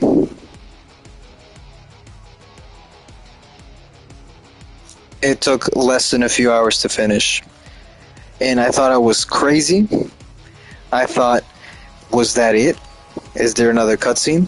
Did my game not finish loading everything? I went on TikTok, I went on everything, on Instagram, everything. And there's people posting it the same day. They're like, this is probably the worst Call of Duty ever. I just finished it. How is that even possible? And then people were like, oh my god, this is probably one of the stupidest endings ever. This is going to be one of the worst battle passes or whatever stories they came up with. It is actually garbage. So, throughout the game, you do these dumb missions and everything. One of the game missions you play as Price and you try to take down these nukes from launching. And then, for some reason in MW2, they have this addiction to extending gimmicks. For example, they had the driving mission where you had to save somebody as Gaz, or the mission where you're playing on the AC-130 with Phillips, with Philip Graves or something. And it's a whole thing, honestly. But in Modern Warfare 3, it's just overused, overdone. None of the missions felt good anymore, so by that point you're just like, let's get this over with. You do the mission where you launch a bunch of stuff in there, and you're wondering, okay, we probably killed Makarov, right? Because you launched his base, you raided it and everything. Nah, bro. They don't even mind confirming a body. They didn't care about confirming a body. They thought, nah, Makarov is dead because, you know, we bombarded the area. Even though we didn't see a body at all. Hardpoint active. Hold fire. I'm on you. Hardpoint locked down. But yeah, eventually you go and capture Shepard, because apparently Shepard was captured. Which, by the way, Shepard in these games was also ruined, because for some reason they decided that Shepard had to be the worst villain or worst written character ever. Like, you thought Makarov was bad. Nah, bro. Shepard, the new games, is whack. I'm telling you this right now. The twist in the first games about him having the data of him linked to the attack in No Russian was such a good twist, because it came out of nowhere. The way he said it, that's one less loose end. And then killing two characters Roach and Gas. I mean, not Roach and Gas. I'm so sorry about that. That's horrible. Roach and Ghost. Yeah, that's the thing. Ghost literally dies in Modern Warfare 2, and yet till this day he has one of the biggest impacts in the industry. Explains a lot as to why he's in every single like game cover. But yeah, Ghost was such a big impact. First few minutes of that game, and it was something incredible. The twist, the way it was built up, the way it was written, the fact that it was the early 2000s. Like, dude, I'm telling you, man, media has changed completely after a certain period of time. But yeah, Shepard was terribly written. Twist of him being on Philip Grape's side all of a sudden comes out of nowhere. Like now all of a sudden they start being enemies, and that's it. And then in Modern Warfare 3, Modern Warfare 23, we start saving him. We need him for something else. And yeah, so eventually, one of the very few missions, by the way, you go with the group. You help them and everything, fight in the snow. I will say that, I always love it when they do these missions, you know, when they have original concepts. Fighting in the snow and all that is one of the coolest things ever.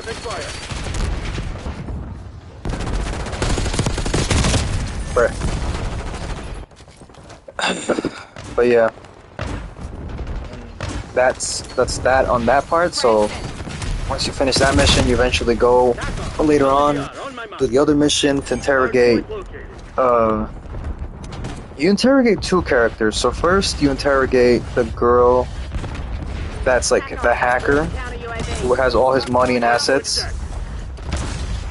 private accounts and whatnot. And speaking of which, when people were saying how bad these games were in terms of how tame they are, they mean it. They really mean it. Because back then, Modern Warfare 2, Modern Warfare 19 was crazy, dude.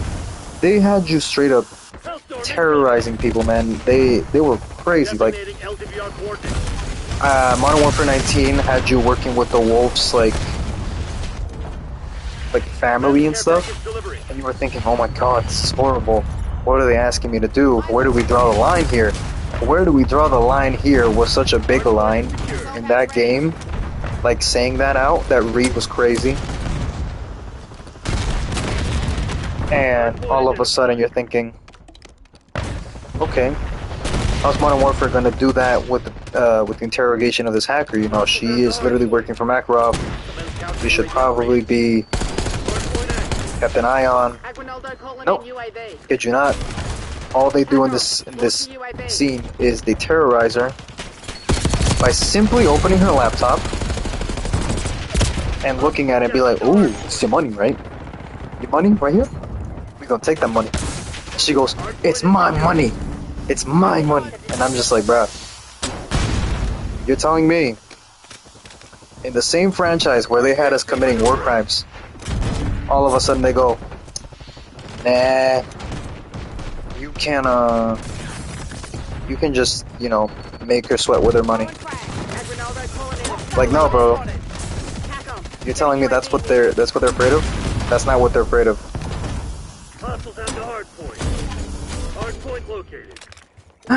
And then there was another guy that we eventually interrogate. He's actually in the first battle pass, I believe. And that didn't do anything either. You just knock him out. You take him with price and gas. It gives you the location, or at least you end up finding the location for Makarov. You go to this underground tunnel train system, and you hope for the best. You just hope for the best, and thinking, wow, this mission's gonna be cool. No, you end up going with cops. You end up going with these cops. That's what the drill. Oh, that's the drill. That's nasty. Your suspect has been destroyed. Smart grenade. Come on, you're losing this fight. What is it? But after all that happens, you end up chasing Makarov.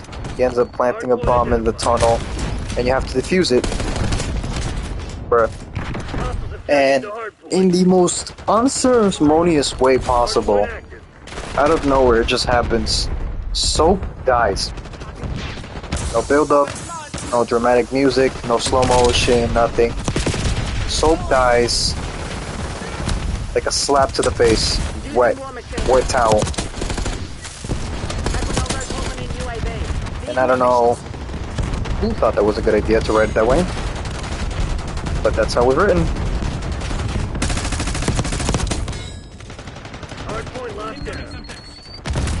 And it was sad because, not because of the way the soap died and oh my god, he's gone.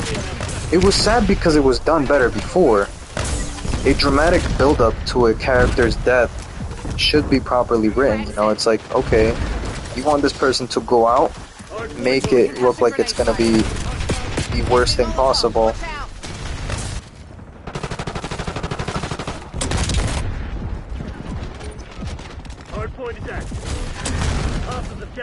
Well, get this guy with the drill out of my face. Come on. But yeah, eventually Makarov and Soap have a fight. Get shot in the head. And then that's it. You end up looking at the ground. You end up defusing the bomb with Price, I think.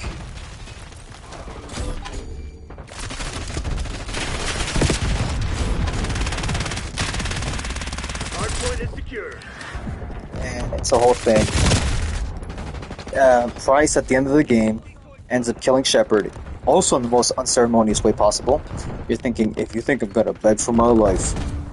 And then Price is like, yeah, I wouldn't count on it. And he just shoots him with a silencer. And that's the ending of Modern Warfare 23.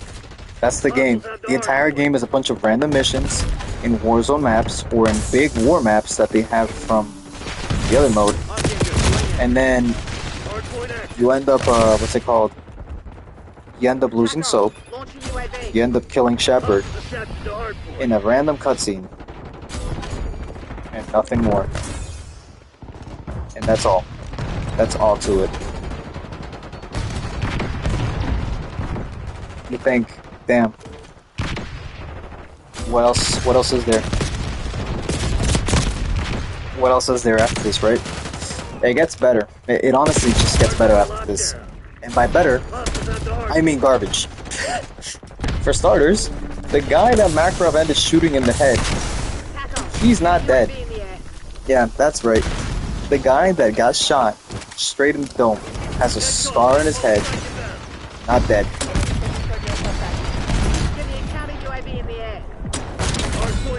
Completely fine. And what else? That hacker girl, I don't think she ever turned into a skin, if I'm correct. She never got turned into like an operator.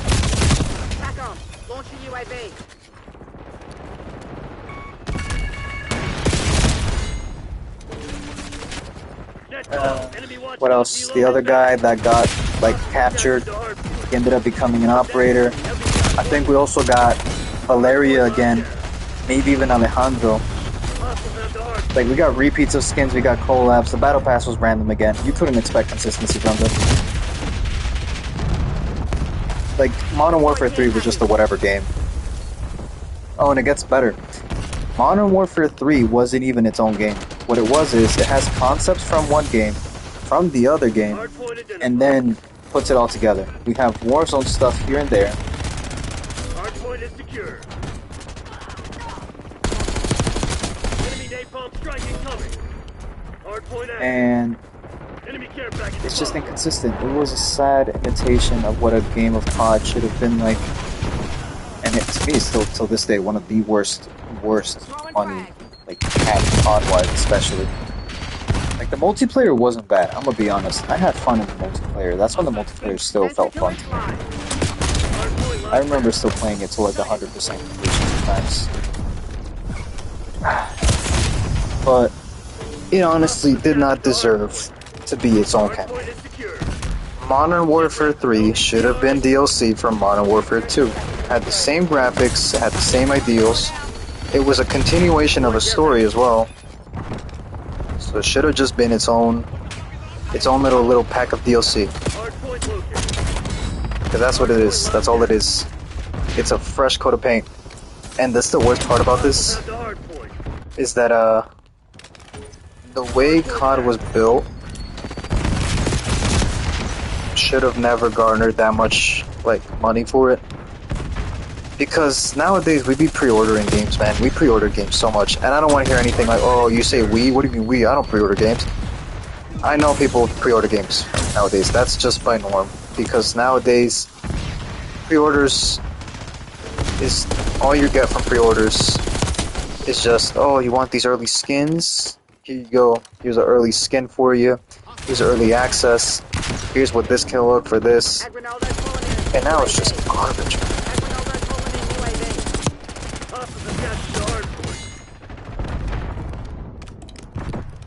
Like right now, as we speak, I have Doom Eternal: The Dark Ages, the Collector's Edition. And it was such a good spend, because not only did I get the statue, not only did I get the, what's it called, the chip from the game, the key cards that they use in the game, I also got the Divinity pack, a skin pack, which I know I already just said it's stupid, but still, it looks good, it's for the campaign, you know? It's not for multiplayer, it's not for anything else.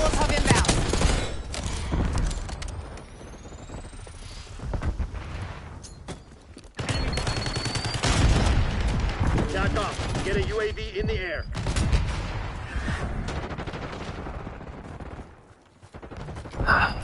But what is it? Tarkon, give me a bloody care package. Pop and smoke.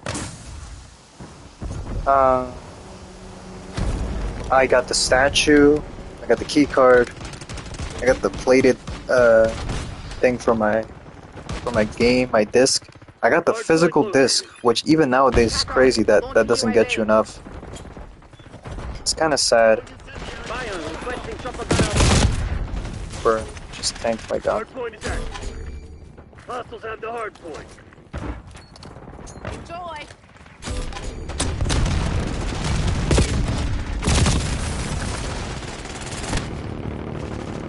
Hard point locked down.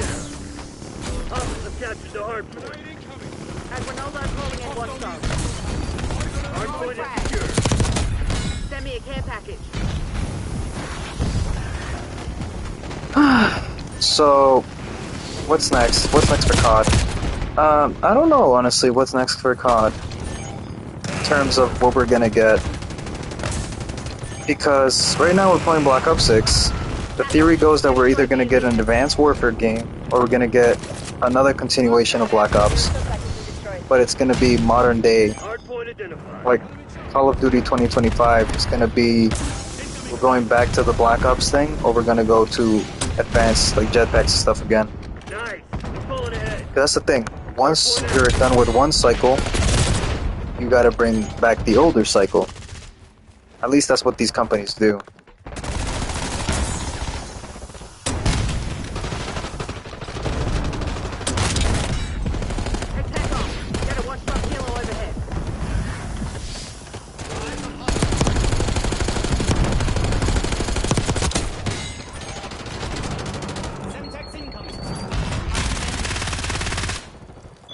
What is this gun?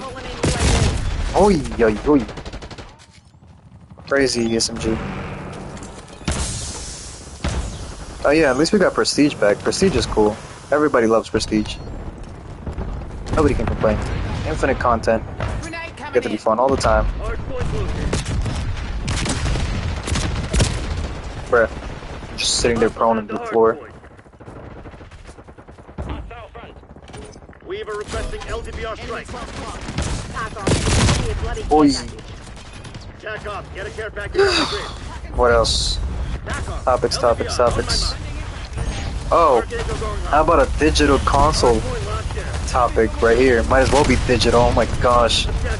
So I don't know if y'all heard about this, but right now, as we speak, there is a huge dumb thing where now Nintendo has made it so that a person, in terms of buying their console, legally speaking, binding by the way, if you purchase a Nintendo Switch, for starters, in games.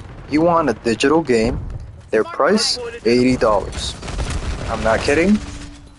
That is their price. For a digital game, it's gonna be $80. And all I gotta say to that is, in your dreams, no way I'm paying that.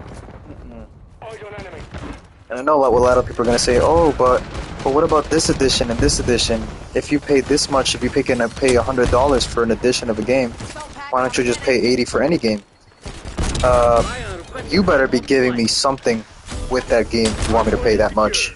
All I'm gonna say is that there's a reason why those editions exist. They come with extra stuff, buddy. You don't pay $80 for a game that looks just as is. You want that? We're gonna pay $60 or we're gonna pay $40. One of the craziest games that launched this year, not even this year, like the year before, Helldivers. Helldivers was $40. You wanted the premium edition, the Super Citizen edition? That, my friend, was $60. A regular price game. Now, sure, it's a multiplayer game, and sure, you can play it without the PlayStation membership. But I kid you not, if that wasn't one of the best games that I've ever played. Honestly. Like, I don't know what was going through people's head.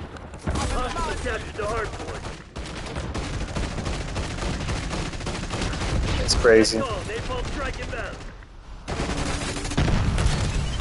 The way that game was meant to work was so fun that it honestly garners it in the legendary line of role that it is. So now, back to the Nintendo Switch topic. Why is it a problem that a game is $80? The game for a price tag is really only worth its amount when it comes to content. And if it's going to offer the same content it's been offering the entire time, or in terms of what it's going to offer based on its other projects, it should never have to be equal to $80. Never. Taxes or whatever, nothing. It shouldn't be $80 final.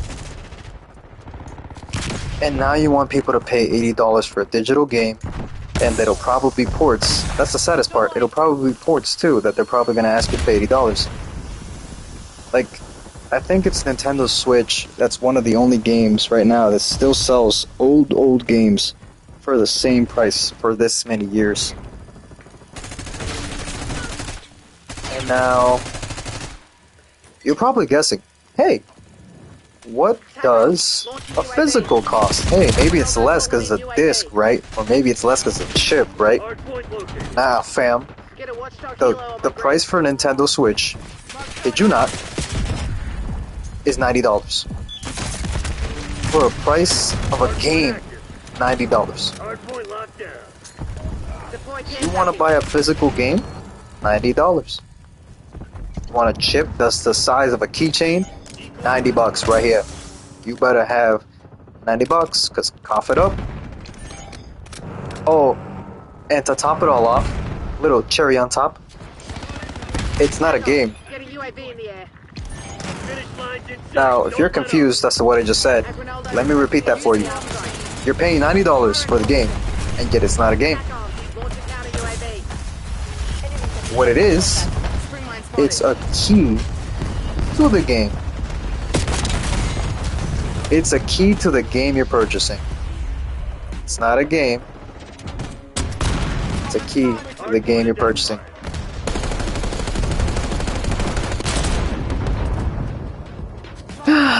Like, you put the chip in the back of the port or whatever, and then once you put the chip will activate and say, hey, you have unlocked this game, go download it on the shop. That's what that is. That's what the chip is. It's not a physical game anymore, it's just a key for a game. We've officially lost it. We've lost our minds. We've lost our minds. I don't know who thought that was a good idea, but I guess Nintendo did. So that's already starting. That's just the beginning. That's just the beginning of how bad this is. Imagine this, right? Imagine, to my surprise, Nintendo Switch added something to their clause, to their contract. You know how you have to agree to the terms and services? Okay. When you read that contract, there's gonna be a part there that says, hey, so legally, this console is not yours. Get that right, bro. That console that you just bought from them is not yours. The console you purchased with your money or with your credit card or whatever is not yours. You, as the person that bought the console, are nothing more than just holding a license for the console. You're holding a license of purchase. You're holding a license to ownership. That's it. You only have it for a certain period of time or something. But in terms of you actually owning that, you don't. You own a license to have it. That's it. You may ask yourself, how will this affect, and what do you mean exactly how this works? Well, the reason why they wrote it that way is so they could shut you down anytime they liked. Get this. The Nintendo Switch has a kill switch. Get that? The Nintendo Switch has a kill switch. Well, what do I mean by that? In their clause, in their contract clause, it is stated that if you modify in any shape or form your Nintendo Switch, they can shut it down from the headquarters. Just like, wait, what? What do you mean by that, man? I mean exactly what it says. I mean exactly what it says. You touch that console in any funny way whatsoever, you modify it, do anything to it, you try to like change a port, you try to change the screen or change the batteries. I don't know how deep this goes, but I know this for sure. If you touch your Nintendo Switch in any shape or form that is completely out of like its stock mode, like if you change it out of its stock, you will literally get shut down. Now, I don't know if this also means like jailbreaking it, because I know that some people buy jailbroken consoles. But yeah. A jailbroken console.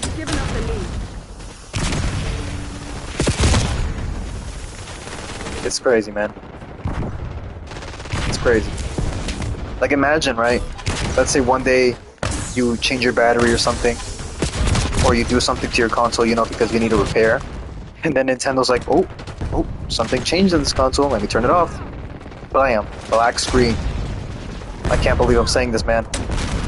But Nintendo Switch has become like the dictator of this stuff. You don't do it their way, you get shut down, that's it. You don't own it. You don't own it. You don't own your consoles. That's what they're telling you to your face.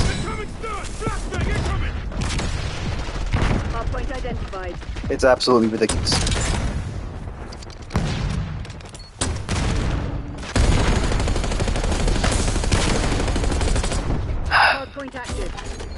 And I feel bad, honestly, because there's people who really love Nintendo, but at the same time, I also don't feel bad, because when the Nintendo Switch released its like sale,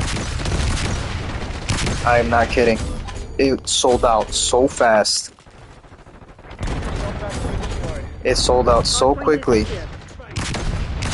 that nowadays you think that the PS5 and Xbox stuff was a joke, but no, man, that was nothing. What you're looking at right now is a demonstration of how addicted people are to getting the newest thing. It's truly sad, honestly, because people probably should have read about this. They should have been informed, like, hey man, I want you to know this, that if you modify that thing, you're gonna get the black screen of death. Like imagine, right, the Xbox 360 gave you that ring of death. Like that was, it's a joke nowadays because people don't use that, But back in the day, that was sad. Thing was shut down and you could just see like, bam, my Xbox is done. That's it. But yeah, so you can tell that some people just don't care. So at the same time, I don't feel bad, because if these people know what they're getting into, then honestly, that's you, fam. That's you.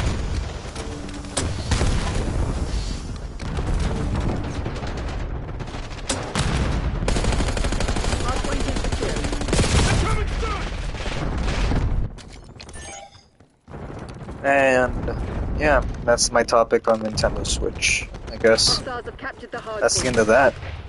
There's nothing more to say about it. Oh, and if you're asking, by the way, does this guy ever even had a Nintendo or anything? Believe it or not, I did. I had a Nintendo DSi when I was little. It was dope. We left it to my cousins though. It was dope at the time to just have it. I remember I had like crazy games on it, like Lego Batman, Lego Star Wars. I had the, what's it called, the Percy Jackson game. I don't know why. I had a Percy Jackson turn-based game. It was ridiculous.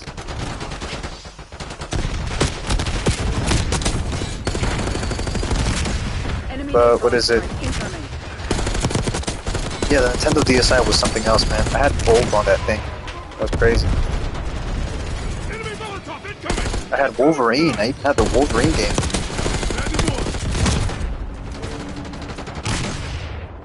Hostiles have the hard point. Hard point located. Watchdog Helo incoming on your location. Oh, look, a Helo. Take out that watchdog Helo! Hard point is active. Hard point is secure. Bye-bye. What did you think? Get out, back! I'm gonna sit here all day holding shit. Oh, shit.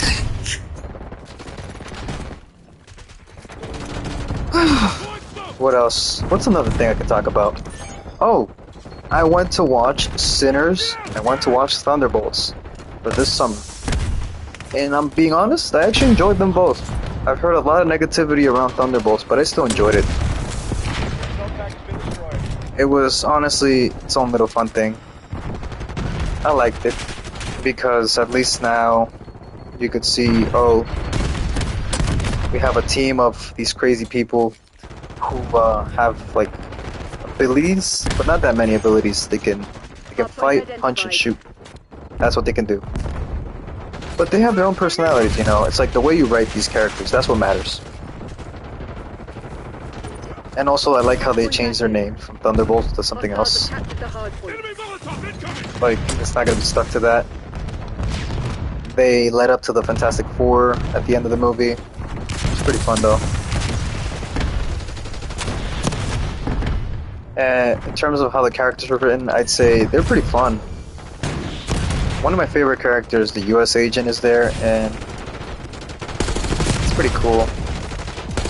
I will say though, the actions he commits are not always going to be for righteous reasons.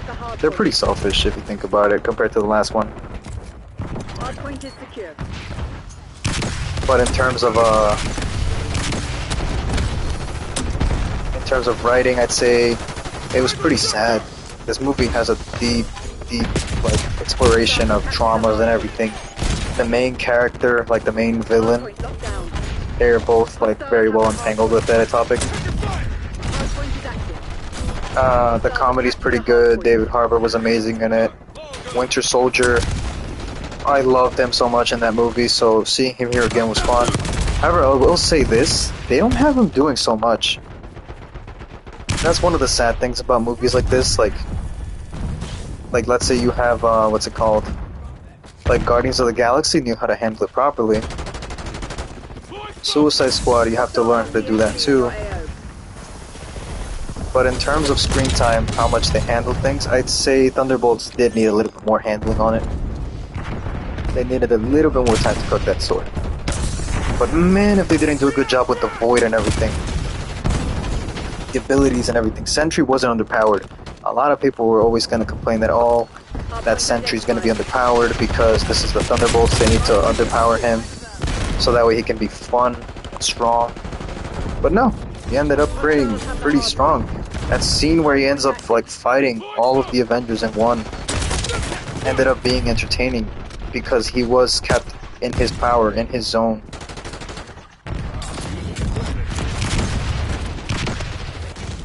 And yeah, I'd say Thunderbolts overall was pretty good.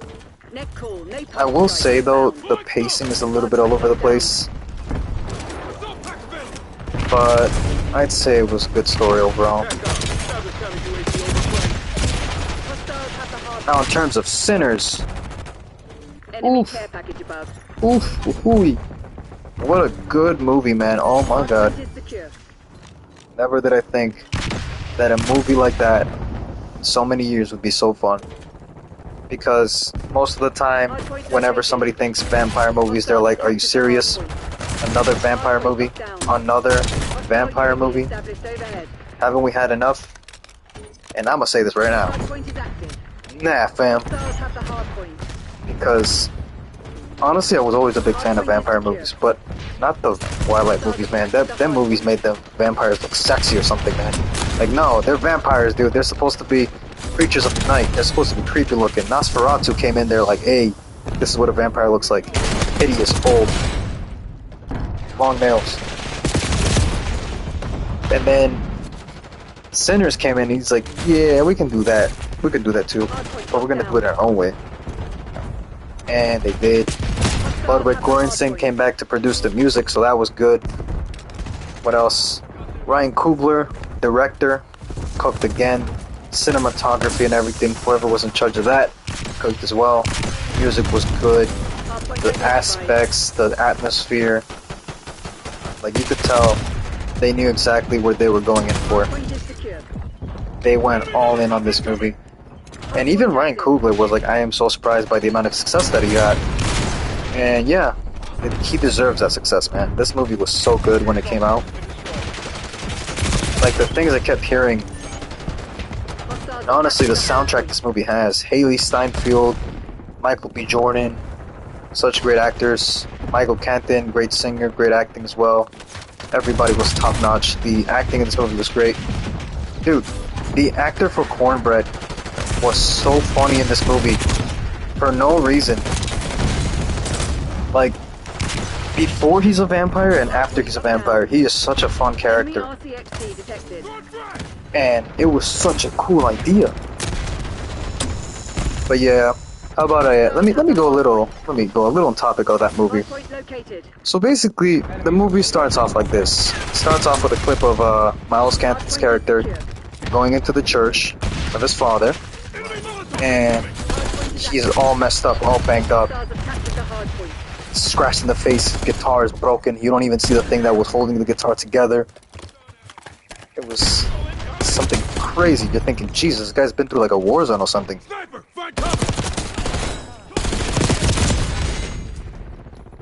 But what's it called?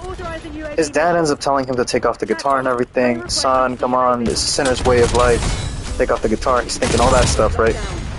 But no, you can see in the flashbacks, he's like traumatized, he got PTSD. That it wasn't the devil, but it was definitely something. And later it cuts to something else. It cuts to Miles Canton again, but now he's fine. Working the fields and everything, the sun's coming out, and then he's going to do work and all that. And then he goes to church because he can't find his guitar. And now his dad is asking him, hey man, can you come read this sermon for me? I want you to help me do the sermon. And the sermon that he reads is actually pretty interesting.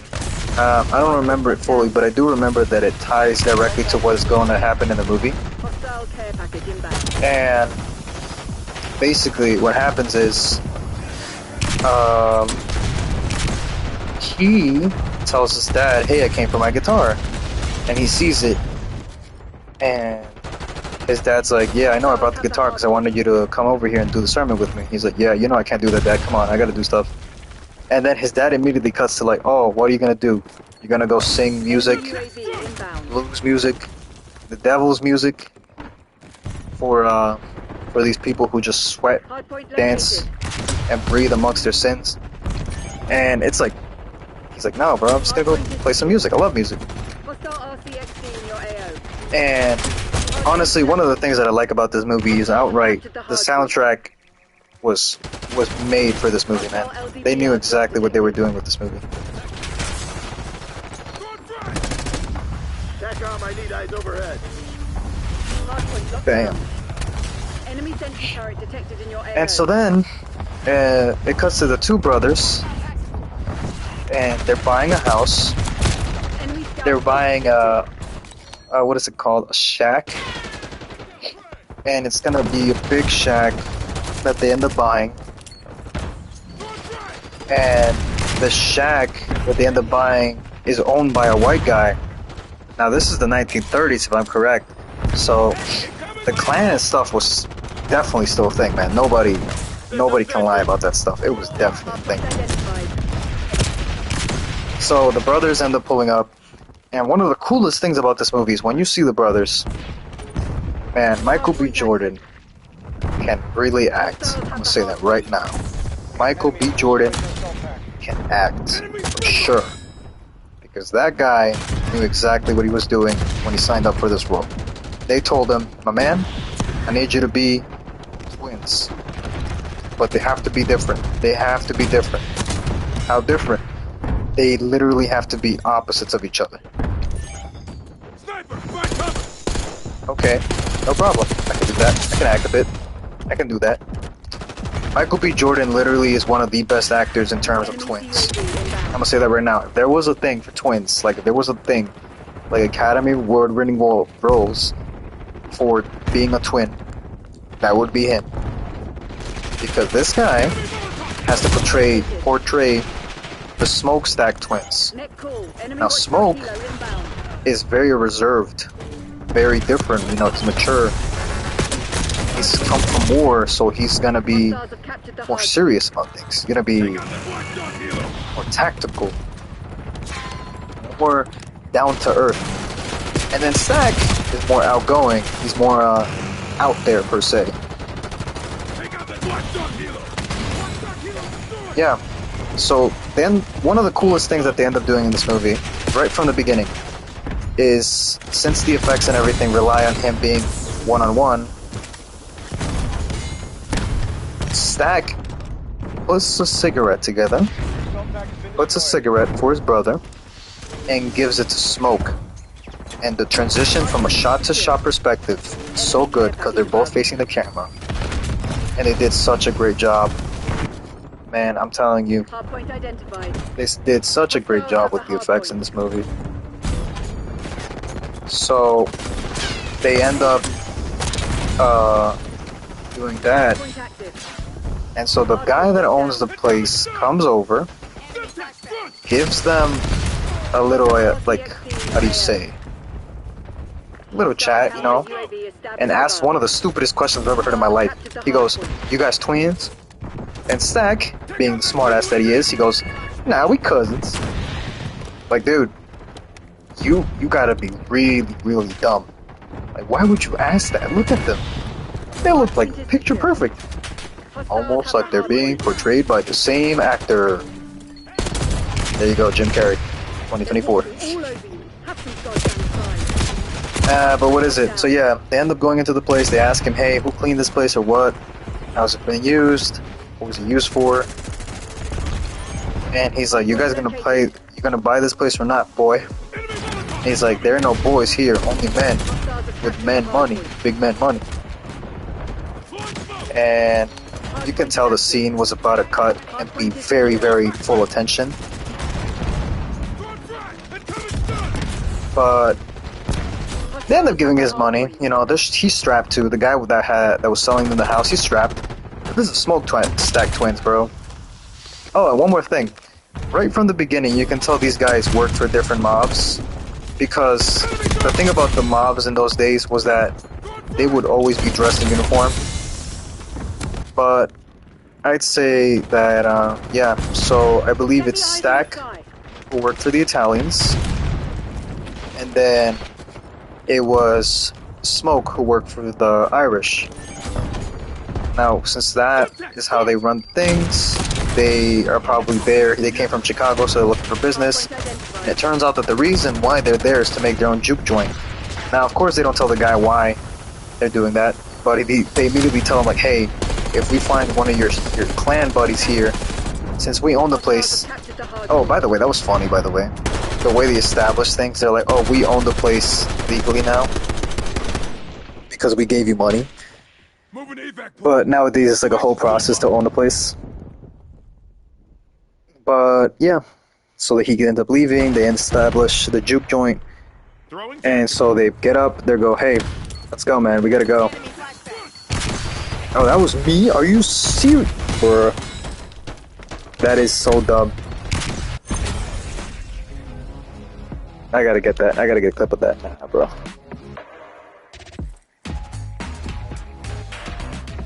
But what is it? Yeah. So they end up leaving. They end up going to pick up Miles Canton's character. And they immediately tell the dad, like as a joke, they go, hey, don't worry, we'll deliver your son back in one piece. Oh boy, yeah. I don't know if that's gonna be completely true, but anyways. So they end up splitting up because when they go to the bushes, they find a truck, and the truck is full of beer for the place and food and stuff. So they split up. Smoke and Stack end up splitting up, and they have to go attend different things that they have to do. So Miles Canton's character ends up going on with Stack, and Smoke ends up having to do other stuff. I believe it's for food and marketing stuff for the place, while Stack has to establish music and pick up another musician for the juke joint. Now, when on the road, Miles, I think it's Miles or Michael Canton, but I think, yeah. So Canton's character, I'm gonna just say it by his last name. Canton is on the car, and he asks him, he goes, thanks for the guitar, Stack. And Stack is like, yeah, that's Charlie Patton's guitar. He's like, really? It's Charlie Patton's guitar? That's awesome. So he's like, yeah. Now play me something. And I gotta be honest, Canton's voice is loose. You can hear that in him. So, the coolest thing about Michael B. Jordan is the way he can differentiate characters. So Stack, as I said, is very open-minded. He's very outgoing. He's more expressive. He's very energetic, per se. So what happens? Canton starts playing the guitar. He starts playing Travelin', and Michael B. Jordan's face, man, I love it. Fucking just, he's so surprised. He's so surprised by what Canton's singing. He's like, wow, we're gonna make some money. We're gonna make some money, yeah. And it's such a fun time to just see these two actors play off each other. It's the best. They really sold it. They really did a good job with the hiring, the casting of these actors. And yeah, what is it? On the road. So that's what they're doing. And then I believe it cuts back to Smoke. So now Smoke has to go buy some goods for the juke joint, so that way they can sell stuff.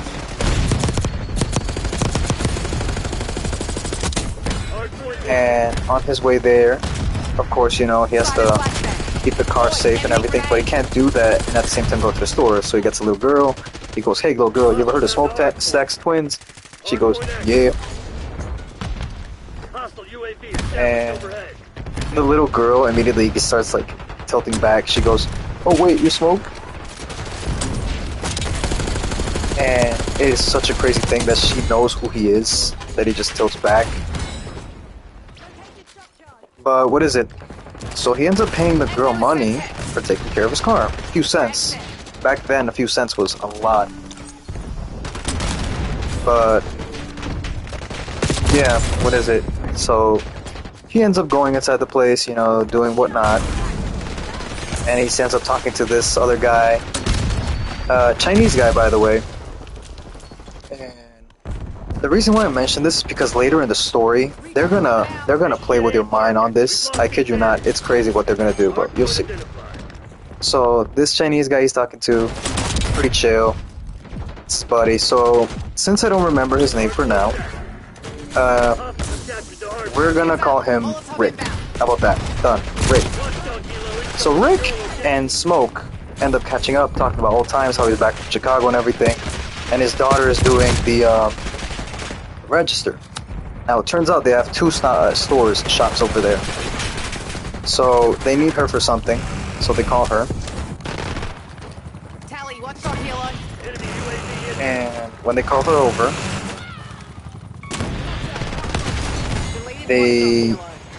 they're getting stuff and everything, but Smoke realizes that the car alarm that he left is making a sound. He's like, wait a minute, somebody's stealing my stuff.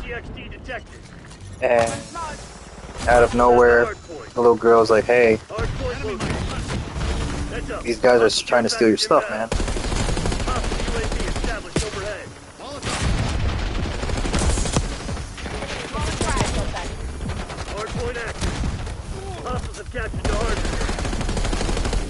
And they're trying to steal his stuff. And the first thing that Smoke does, is like, hey man, who's that? Shoots one in the butt and just one in the butt. He immediately goes, oh, I didn't know it was you. Is that you? Is that you, Smoke? He's like, yeah, what are you doing stealing my truck? And she's like, oh, I didn't know this was your truck. And then the little girl's like, yo, I told them it was your truck. He's lying. And he goes, wow, I see how it is. And then the other guy's leaving. But then Smoke immediately pops him one in the leg. He goes, oh no. Come on, man. We don't even have money to patch myself up. And the fact that Smoke has so much respect, like when he shoots the guys, he goes, you're lucky I just let you walk away. And I can't have you just walking away without telling how injured you are. You know, it's all about reputation. It's a cool thing that he has going on. So then he goes to Rick, his friend from the shop, and he goes, hey, I got these two guys that need patching up. Which is one of my favorite things about Smoke as well, is that he doesn't want to create trouble. Like, he'll keep his respect, but he will also make sure that people are taken care of. Because, not only because he knows them, but also he's trying to establish that he's not evil. But it's kind of a conflict. It's very interesting. The way he's written is very, very good. You'll see. So then that happens, and the wife comes in, and she's going, hey, can you tell me why I have two guys that are shot up in the street already while you're here? And then he just ignores that, and he goes, oh, so I need you to do me a sign, rush order. They negotiate prices, and she ends up throwing in some flowers. And now we cut back to Stack. So what Stack is doing is actually he's getting a musician that is right there sitting getting drunk playing the harmonica.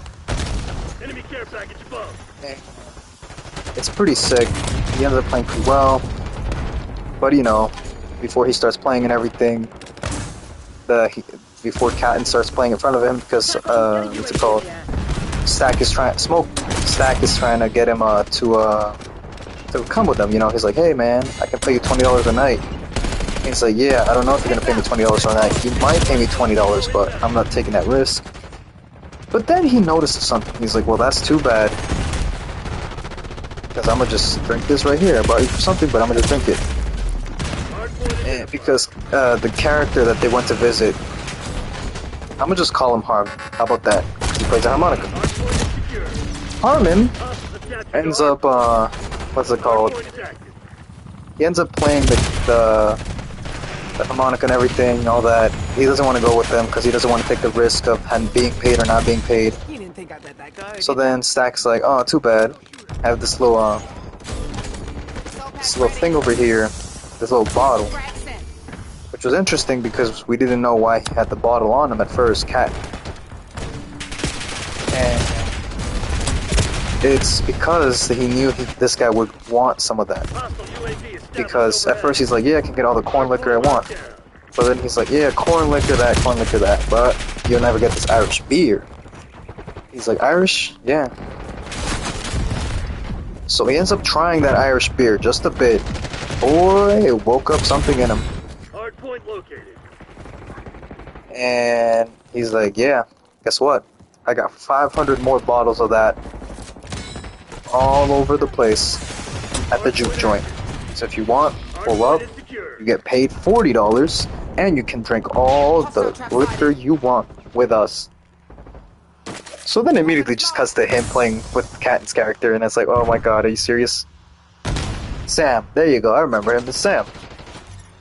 So Sam is playing the guitar and everything, and he notices a nice, beautiful gal, played by, I believe her name is, real quick, let me see.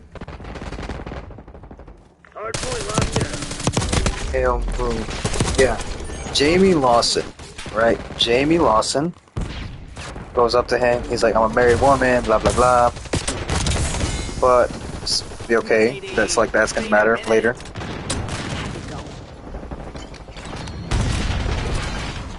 But then we also notice something weird. There's this this girl staring at both of them, and immediately, because Smoke told Sam to take care of Stack, he goes, hey bro, so there's this weird chick looking at us, and I don't know her, so tell me what it is. It's a white girl. It's a white girl. I've never seen a white girl look at us before. And out of nowhere, it just cuts to what's it called?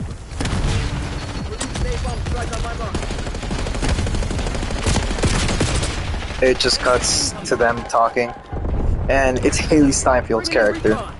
And I'm not joking when I say this. Her dialogue just comes out of nowhere, man. Her dialogue is probably some of the best dialogue I've heard in the movie. So she goes, "Is this Spoke or is this Stack?" And what's interesting is the way she said those lines, man. It's so simple yet so subtle. Because the way she says the names, when she says Smoke, she says it fast, quick, matter of ignorance. Almost like that's not what she came for. Like that's not what she's interested. But then when she says Stack, she's more like dragged. Her word feels heavier, more revealing per se. Almost like she's pissed, right? Like if she's looking for this dude, she's probably gonna slap him. And let's just say she realizes it's him because, sure, they're twins, but they're different. She knows who she's looking for.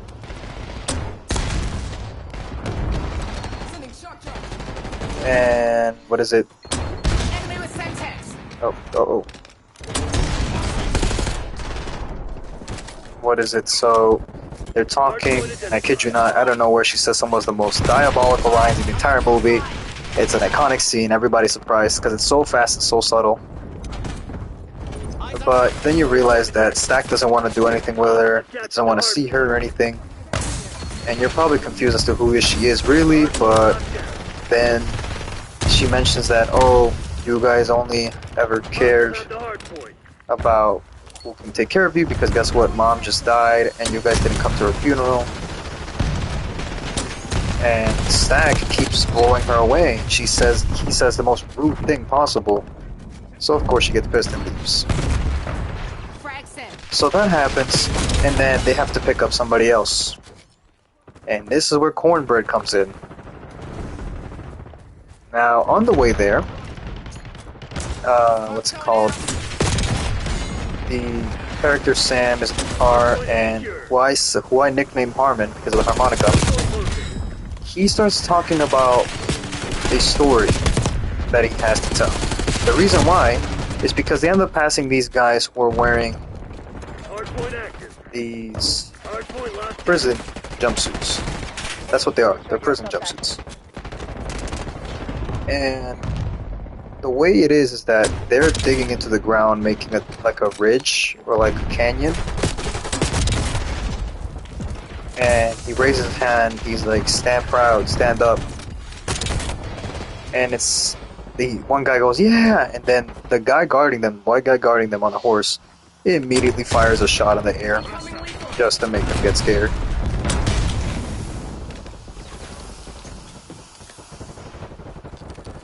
And what's it called?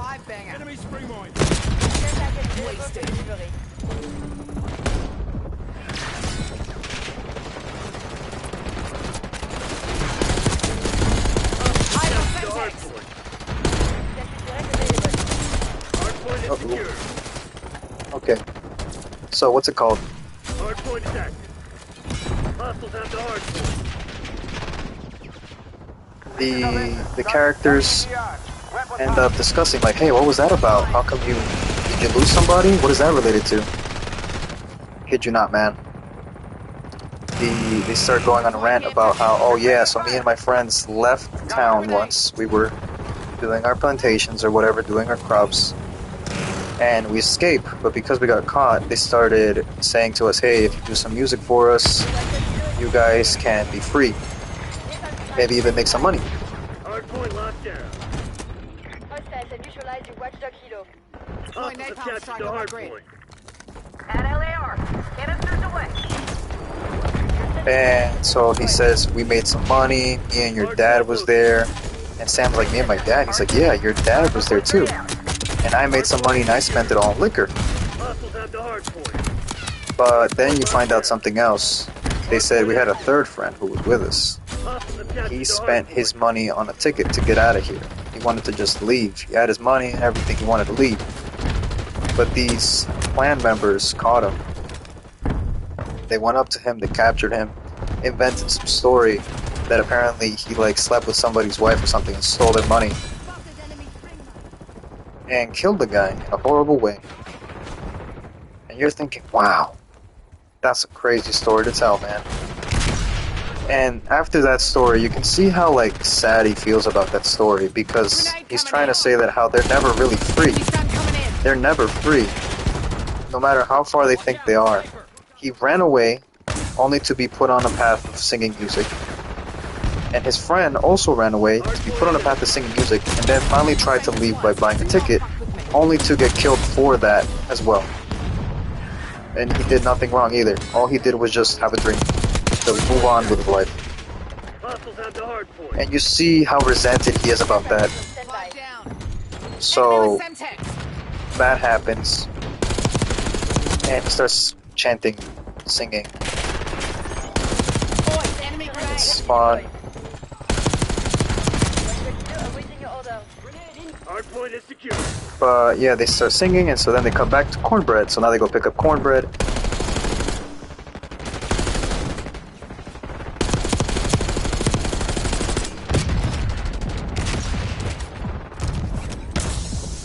And because one of the main things they do with cornbread is that they go and pick him up because they need security, right? Cornbread's a big guy. They need security for the place.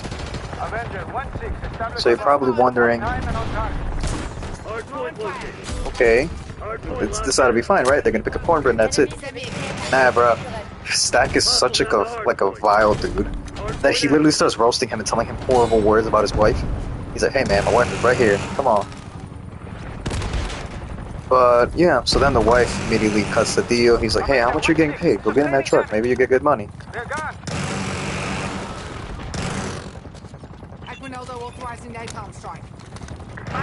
So then he gets on the truck, and that's that.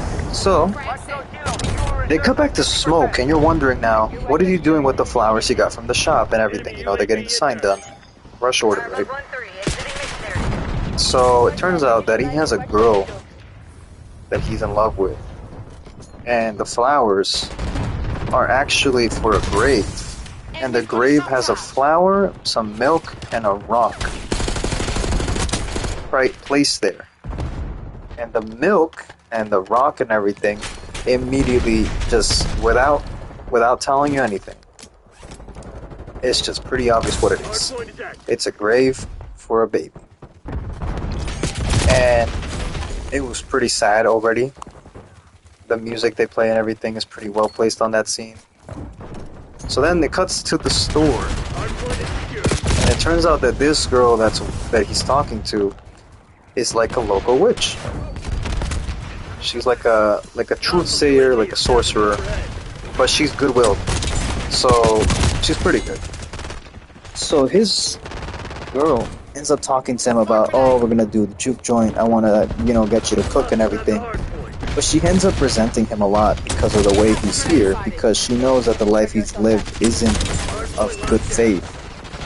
He's like a gangster, dude. Like the way he dresses and everything, the stories they tell about him aren't positive. They're just they're just what's it called? They're not good. They're not good, to say the least. And he also, it turns out that him and his brother served in the military. They were in war at the time, so they know their stuff. They know how to fight with guns and everything. That explains a lot as to why he's so well-mannered in terms of his, like, military knowledge and stuff. But then she also says, who do you think protected you when you were in the military? And while she's saying that, I kid you not, then it does this like weird thing where like the camera like slows to let it fall, and it starts making everything else blurry, almost like a magnet effect. So then she asks him, "Hey, do you still have that charm that I gave you to protect you from everything else?" He goes, "Nah." She's like, "You real?" He goes, "Yeah, I do." And he was wearing it too. So it turns out that he, no matter what, still believes in her. So she asks him to get the charm, gets it blessed, and what's it called? They end up, you know, hooking back up together, making up, you know. And so now every event is in play for the juke joint. They end up setting up everything, all that stuff. But now here is where the movie really begins. So, as I mentioned before, this is a vampire movie. But little did I know how fun a vampire movie this was going to be with the concepts and everything. So, first things first, it cuts to a nice, beautiful family in a house and everything over there, right? Nice little farm, middle of nowhere. You're thinking, oh, nothing bad's gonna happen to them, you know, chilling. But then it backs out, and it's actually a house in the middle of a big, like, land farm. Bam! The sun is out, and you see this guy who's burning up, just running at them. Like, the dude looks like he got third-degree burns, probably, in some parts. And you're wondering, oh my god, what is going on?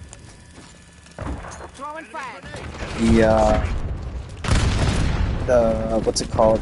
What's happening? What's the context of this? And nothing. They just drop you straight in the scene. The dude is burning up. He's running to the house. He's running away from people. And he knocks on the door, and it's these two white people. And the guy notices, hey, I'm just a regular folk like y'all. What's it called? I'm trying to find, trying to find shelter. I'm getting followed by these Native Americans. And you're thinking, wait a minute.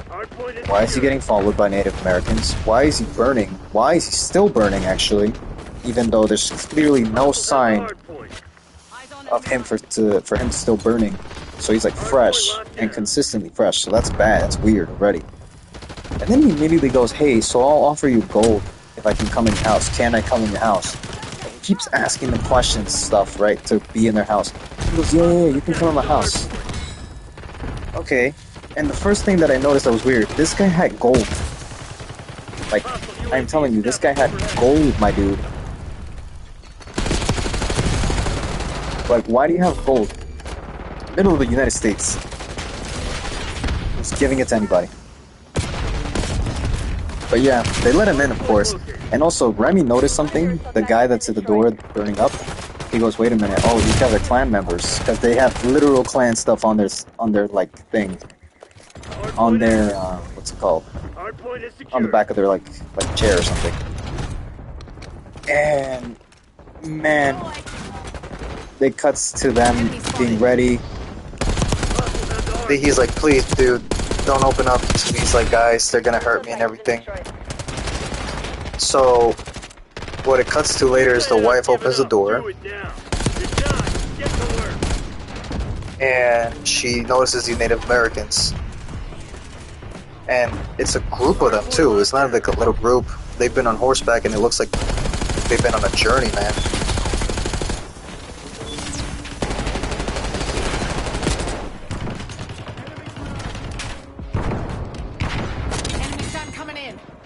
Hold on.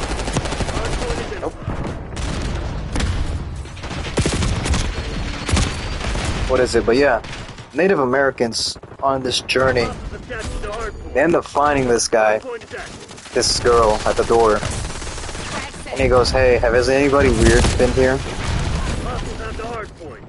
And like, has he been burnt up or anything? He's like, "You worry about your own, weirdo." I'm telling you, man, people were so racist back then, it's crazy.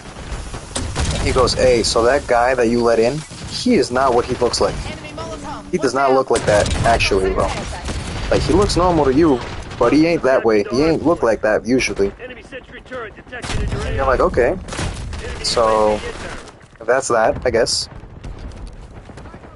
So, the guy in the back, the leader, he goes, "Dude, we gotta dip. We gotta get out of here. The sun's going down." You're thinking, what does that have to do with anything? The guy's just the guy, right? He's just burning up. And the guy immediately is like, "You know what? May God bless you tonight, man. That's all I'm gonna say right now." And you're noticing already one weird thing. The entire time she's at the door, the husband doesn't pull up, even though both of them pulled up 2 minutes ago in front of Remy. So she's like, "Hey man, the guys at the front, they were here, the Native Americans came, but I dealt with them, it's all good." And she's like, "Where are you? Where are you?" Bro, it's dark in their house, and it's so dark that it's wild how dark it is in here, because I know it's like the old times, but nobody had like a lamp, like at all.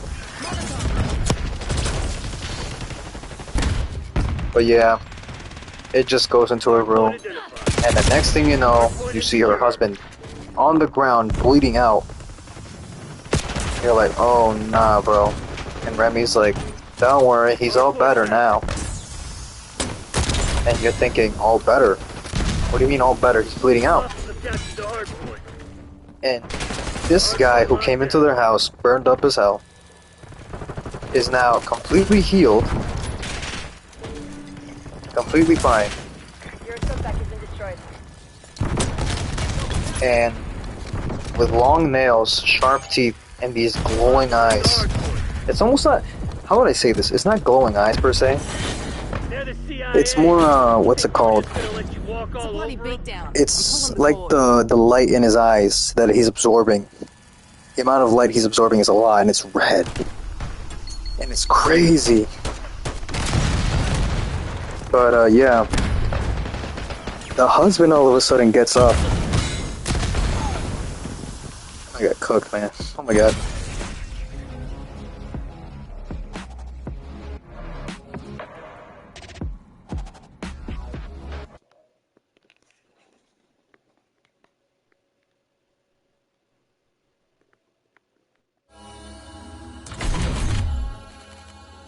Yeah, so the husband ends up rising back, smiling in the same way as her, and it's one of the wildest things ever.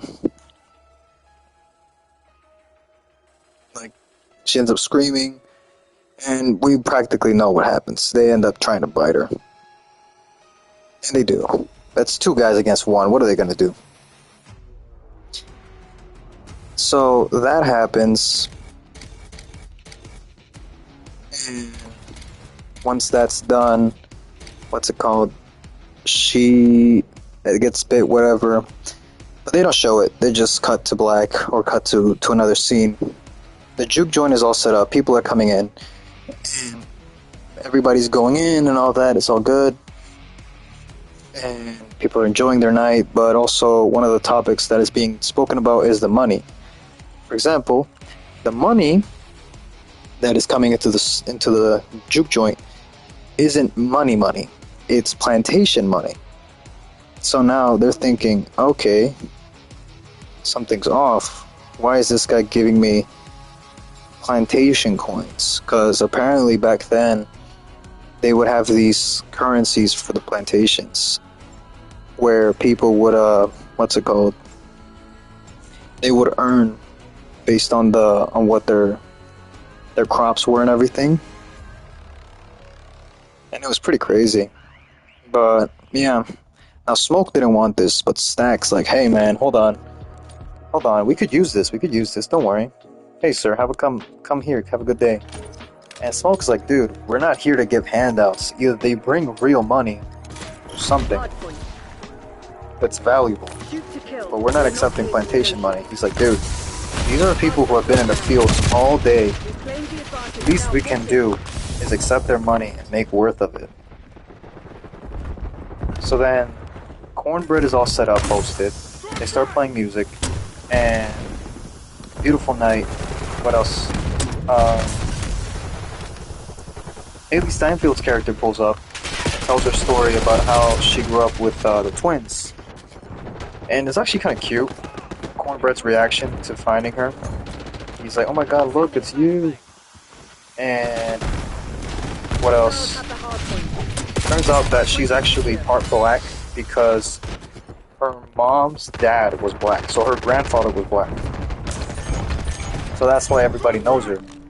And then we end up finding out more about her. You're like, oh, why is she here?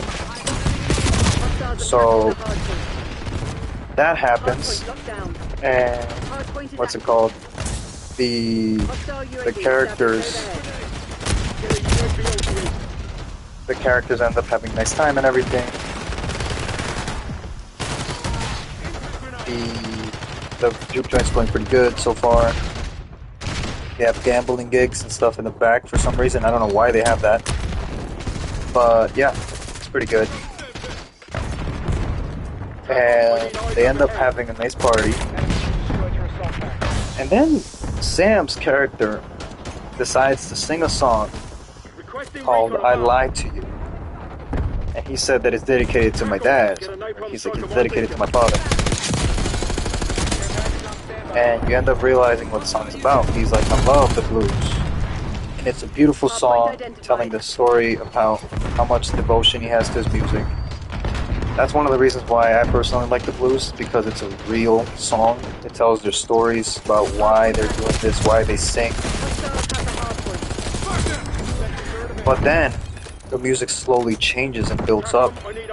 And it comes back to the beginning of the movie, the character, the presentation, where the wife of Smoke tells the reason why music is so powerful. And it's because apparently there's these singers, cultures that with their music they can connect to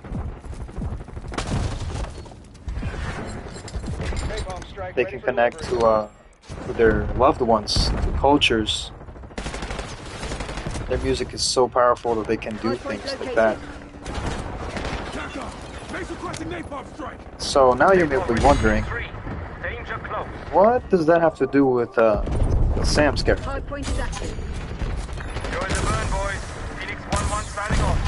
Well, Sam's character begins singing. His music is so powerful that you start seeing the souls of other beings from other times.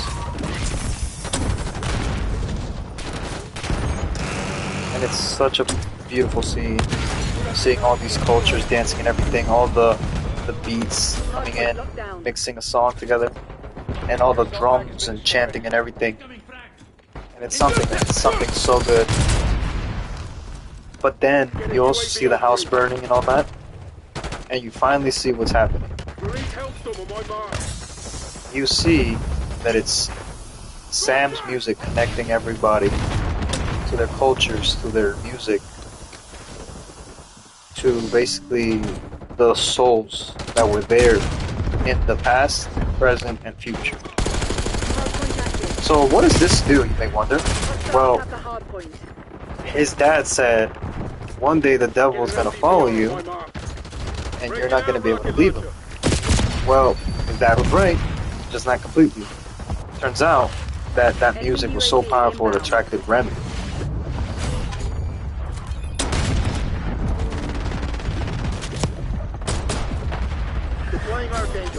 And, well, it did attract Remy, and Remy saw that. He could feel that music, he could see exactly what it did. Almost like he was so undead that he could see these souls around him. So Remy, without further thought, he's like, you know what? My next post is right here. I gotta go right here. Now, while they're there, first things first, the characters can't automatically just think, okay, they're all good, right? So, Remy and his two other vampire friends try to come in, and then, you know, they sing them a little bit of music and everything. And you know, at first I didn't think, oh, this song is chilling. You know, they're singing a nice little country song. They're a little cute, right? You know what song they chose to sing? They chose Pick Poor Robin Clean. Picked Poor Robin Clean. If that isn't telling you their intentions, I don't know what is. Like, come on, man. Vampires, they could not be less subtle. They could not be not even a little bit subtle, dude.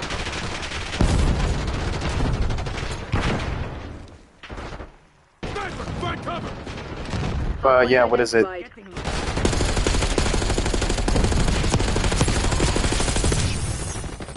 What is it?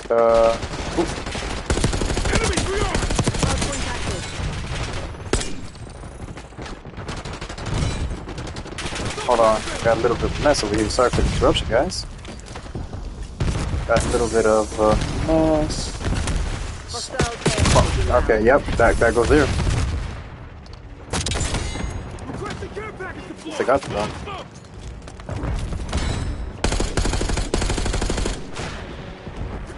Please drop somewhere where I can get it, please. No, not there, not there, not there, not there. Yeah, they dropped it there. Come on. Somebody just steal my supply drop. No, no. Thanks a lot, Stone. So much for that. Oh, whatever. Anyways, so Remy's characters end up trying to introduce themselves and everything to make music because they said, oh, we've been walking all the way from there, and you know, we're gonna make music, we're just here for making money and stuff. So what's interesting about that is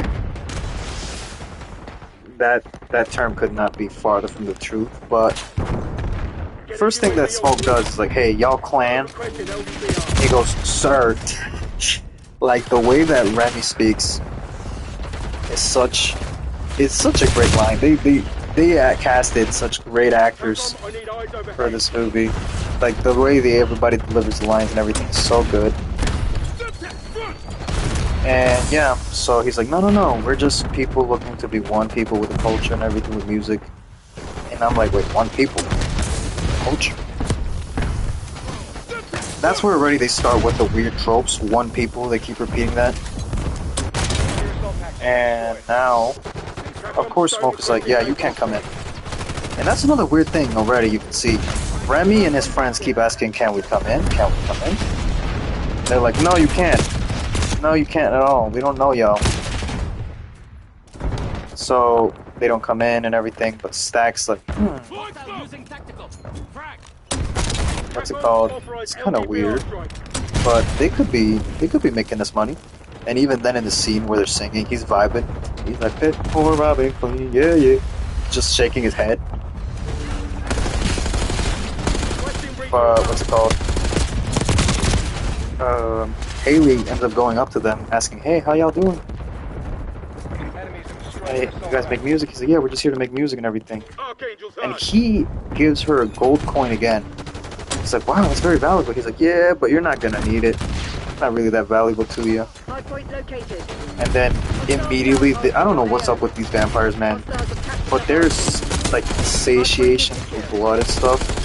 It's so like addicted to them that he starts like frothing at the mouth next to Haley. And she notices immediately, of course. She's like, "What is up with you?" And thanks to Stack strapping her with a gun, he goes, "Yo, what's up? I got a strap on." So she's like, "Yeah, you guys better not come inside. That's it. I'm done with you. I'm gonna take this gold coin. I'm out of here."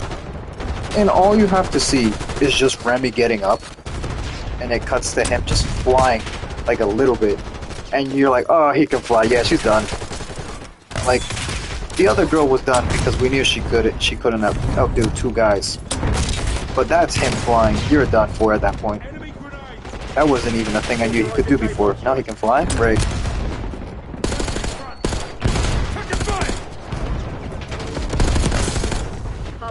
What is it? Wow, come on. But yeah, so she definitely got infected. She's definitely out of the count. And so it cuts to later on in the movie. They are dancing and everything. And there's a scene here where Miles Canton, his character Sam, and Smoke are chatting. They're like, hey man, what are you gonna do after this? I'm gonna probably leave and go back to Chicago where you guys were, you know? Where you guys established yourselves, you got good history there, you know, nobody's gonna respect me if I just go there as like a regular singer, but if they know I came from you guys, they're gonna respect me more. And then Smoke immediately shuts that idea down. He's like, no you're not. What you're gonna do is you're gonna sing for this one night only. And you're gonna go back to your preacher, dad. Be a good man, you know, live your days, that's it. You ain't going to no Chicago and you ain't going to sing no more juke songs, that's it. And then Sam's character is like, I don't care what you think. You would have to kill him in order to go. And then Smoke's like, oh, are you giving me an order? Because I'm a soldier and you're giving me an order. It's a whole crazy thing about them arguing about that, but at the end, Smoke threatens him. Basically says, yeah, you better not even think about going to another juke joint or anything. I did this for you as a favor, not because I wanted you to keep doing it for the rest of your life. So, that happens. And now we cut back to Haley after having talked with them and everything. And so one of the cutest things about this movie is Haley and Stack's relationship. Because you end up finding out the reason why Haley and Stack have such a strained relationship is because Stack kept pushing her away in order for her to have a good life. Because in the 1930s, they were like, oh, if you're seen with me, you are going to get killed or even arrested, who knows. You know, get yourself a good white man, and stuff like that, so you can have a good life. That's what Stack keeps telling her. And she just wanted to be with him. And that's actually one of the interesting things about the song that Haley Steinfeld made for the movie. At the end of the song, she ends up saying, I did this to protect you, I kept pushing you away to protect you. And it's very cool. But, so Haley's already infected. Screwed. And one of the things that happens is, she asks your boy Cornbread, hey, can I come in, oh Cornbread? And she always, what I like about these vampires is that you gotta ask yourself how they make loopholes or anything around these questions. And she's infected, but her personality's still there. So now you're wondering, okay, how's she gonna get in? She just makes it look like an insult, like a question of insult or something. He goes, move your big ass out the way. And he goes, okay, damn, you gotta be so salty. And she walks in, all good, all chilling. And you can tell she's fired up, she's loose, she's gone, she has a goal in mind. That is it, right? Little did we know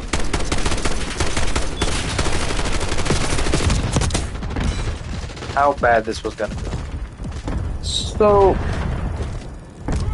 the characters are in the store, the shack.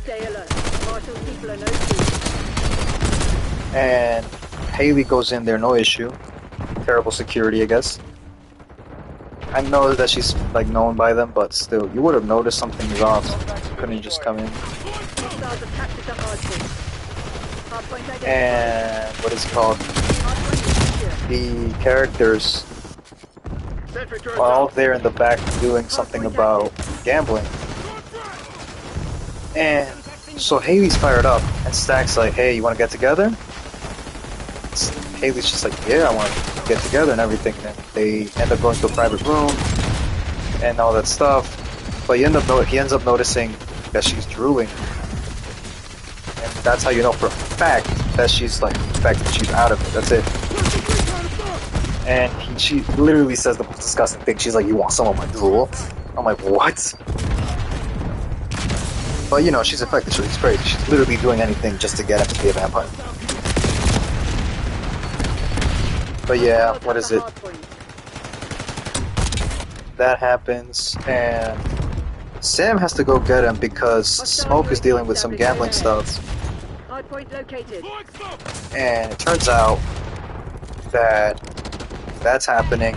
Sam goes to go get him. Kid you not. He's like, "Oh, they're busy. Oh, they're busy. Close the door. Close the door." And then Smoke's like, "What do you mean they're busy?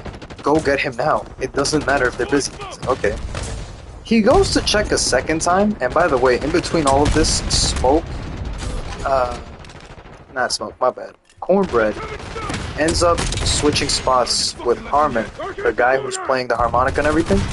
He ends up switching spots with him. Because, you know, they need to keep switching spots for some reason. Hostiles have the hardpoint. What's it called? Target eliminated.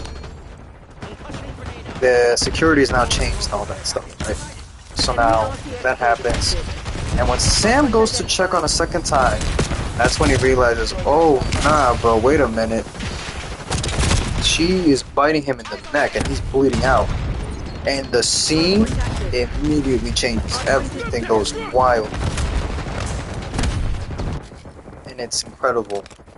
The mood changes, all of it. Everything is going haywire. So, you're thinking, how bad can this get?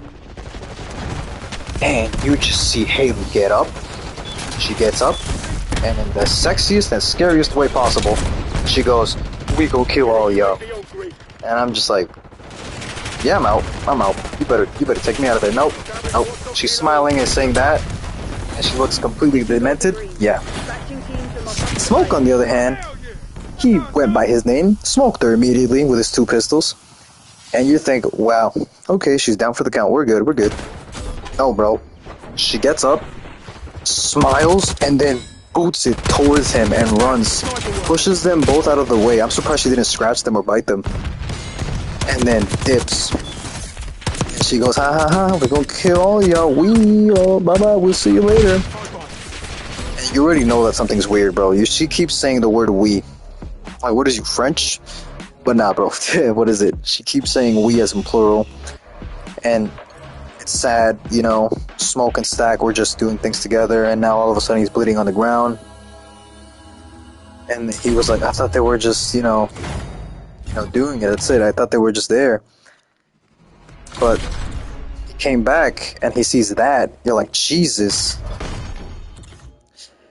So all of that happens. And you're thinking, this can't be, but yeah. And the wife of Smoke is there, she's trying to pray for him. And Smoke's like, "Yo, can you pray for my brother? Can you bring him back to me, please?" And you're thinking, damn, this guy's gone. He's gone. You can't bring that back. He is gone. There's no way this guy's coming back. So he dies, and they let him pass.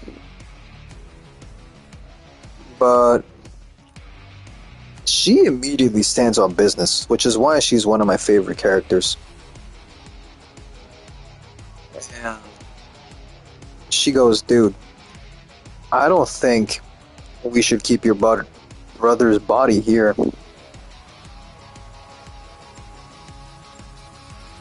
And you're thinking, what?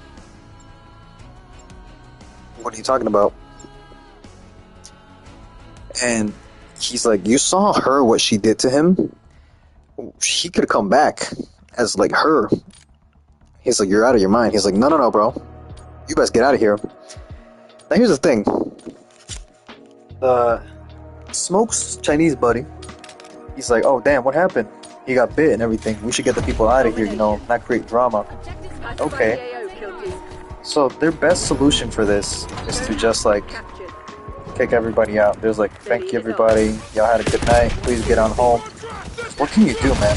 Your brother just died.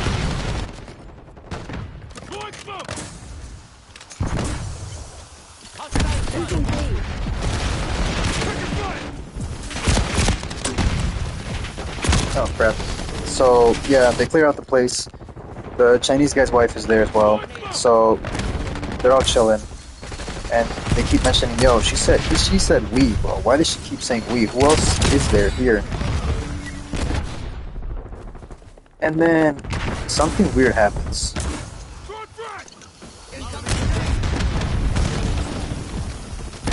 Freaking Stack, after being bitten in the neck and bleeding out, just wakes up, just starts knocking on the door. You're thinking to yourself, excuse me? Didn't this guy just, like, you know, completely die?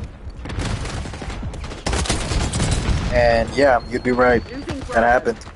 That actually happened. And everybody's like, wait a minute, but maybe he's all better now, you know? No, he's not. Stack is gone.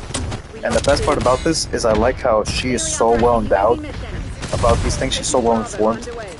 Bruh, Smoke's wife is like, yo, that is not your brother. And you can immediately tell he stabbed a knife through the door. He probably even knew who was on the other side, probably, as well. And what's it called? So he ends up doing that. He ends up breaking through the door. Sam is there and everything. And so he just leaves too. So now you're wondering what is happening, what is going on. And another thing, the Chinese guy left a minute ago to go get the car ready so they could leave and go home. Bro, I kid you not. They all of a sudden realize, wait a minute, where's Cornbread?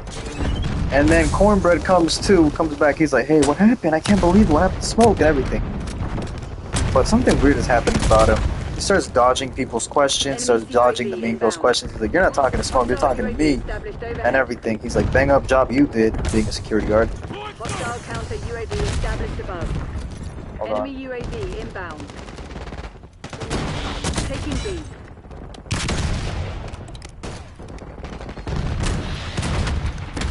Locking down Bravo. Hostile care package inbound. Bravo zone secure.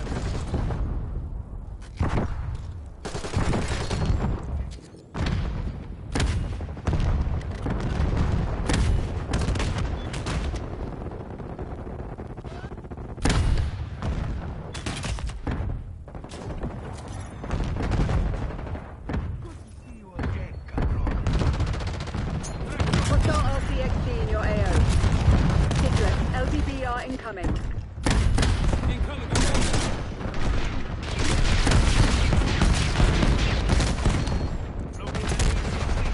TACOM, I need eyes overhead. Enemy care package above. We're losing Alpha. My bad, y'all. Anyways, what was that? Yeah. Cornbread being all weird and everything, asking questions. And then he keeps asking to come inside again, so that's when you just start realizing, yeah, this guy's dead.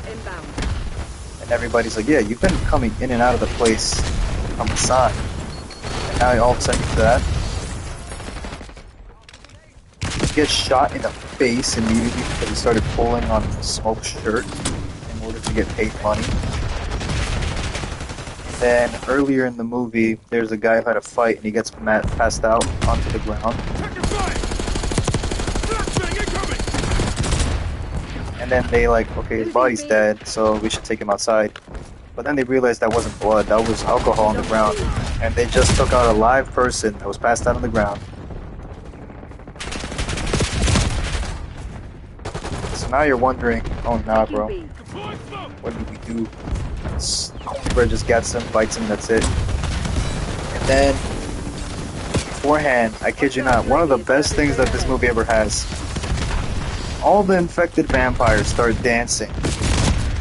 Next with Haley and Stack just dancing with them.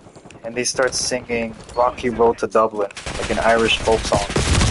And then never in my life did I think such a song would be lit, bro. That thing was amazing. They started singing that song, And then out of nowhere, they started putting the 808 drums. I was like, oh yeah. Oh yeah. This boy cooked. That is how you make Irish music modern, bro. You just keep it the same and just add some beat to it. Add some 808s. There you go. Go crazy. Like, it's honestly one of the wildest things that they were able to pull that off. And then, what's it called? That happens. And the vampire's having a great time. So later on, you're asking yourself, okay, the Chinese lady's still in there. None of this can be real, right? She's thinking none of this can be real. And Cornbread is straight up having a blast. Just straight up eating somebody. And the Chinese guy comes in and he's like, hey man, it's all good, we all chilling. And you're thinking, you're just in front of a dude cannibalizing somebody. And I kid you not, the Chinese guy goes, oh no, he's just a bit hungry, that's all. And that's when you realize, yeah, he's gone too. He's out of it. His eyes change color and everything. And then Remy just straight up explains his plan. He's like, what's up, y'all? My name's Remy. And I'm here for y'all. I'm here to unite y'all as one culture. He's like, think about it. These people will never allow you to build. These people will never allow you to move on with your life. But with us, you can live free. You can live as one people, as one family. That's where that mentality comes in. And I don't really understand it yet why. But in a few seconds, they're about to show you how crazy what they mean by one people. Out of nowhere, the character starts speaking Chinese and tells him something very intimate to the Chinese girl, right? And then he says, we're gonna go visit your daughter. And the Chinese girl starts losing her mind. She's like, what the fuck do you mean? What do you mean you're gonna do this to my daughter and everything? Blah, blah, blah, blah. And she starts swearing. You know, she starts losing her mind. Good reason, of course. So that's when you realize the guy, Remy's like, oh yeah, I can hear his thoughts. I can understand your language now, everything. I know you and everything about you. But then he also explained something else. The reason why he said you guys are never going to be free is because remember how I mentioned how those other two that infected were Klans members? Yeah, well, turns out that the main dude that was there, is actually the nephew of the guy that sold them the place. He was the nephew of the owner. He straight up just snitches on him. He's like, yeah, so my uncle's dumb.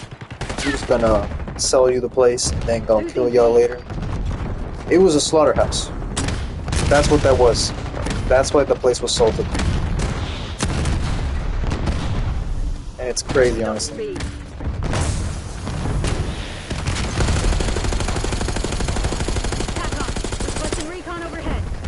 So, you realize now that in the end, they were never going to be free. The characters were never going to have a good time. They were just there for a little bit. And then now there's vampires. So, what's next? Well, Remy explains that he actually came from Sam. And it turns out he's like, Sam, your music is so powerful, I can't reach my people, but you can with your music. It's really good. It's really powerful. So, you're thinking, oh damn. So this guy really means it. This guy's here for that. So, once that's basically confirmed, you're thinking, what are they gonna do? And so then she explains, Smoke's wife's like, yeah, I know what they are, they're vampires. And you have to make sure they're dead. Your brother's no longer there anymore, because his soul is trapped inside the body. When you're infected, you're not fully dead. Your body is just there, but your soul is trapped. It's no longer the same, it's corrupted. You're like, damn. So they start testing things, basically the real tropes and everything. The rules are as follows. So far we've seen that they can't, what's it called? They can't go inside the doors without asking permission. They can't go inside households. They can't see sunlight, because we saw Remy burning up in the beginning. Oh yeah, before Stack left the house, he actually tried attacking them, but he got water thrown at his face. And then the girl that was with Sam goes, "Hey, what was that? Was that holy water or something?" He's like, "Actually, no, it wasn't holy water because I don't have that on me. It was water with pickles and I think it was garlic, yeah." So apparently these are the classic vampires. They ask people and everything, glowing eyes, they can fly, or at least one of them can fly. We lost B. Locking down Bravo. And then, what is it? Yeah. Enemy care package above. Enemy UAV inbound. Give me eyes on the sky. Enemy care package. What's it called? The characters, once they realize what's going on, they start testing each other and everything. They get weapons ready, wood stakes, all that stuff. Guns will not do anything. Guns will not get rid of the vampires. They can just walk it off.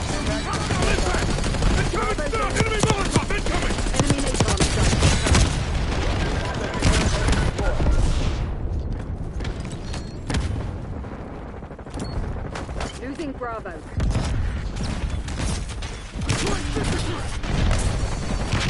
We're winning. Keep it that way.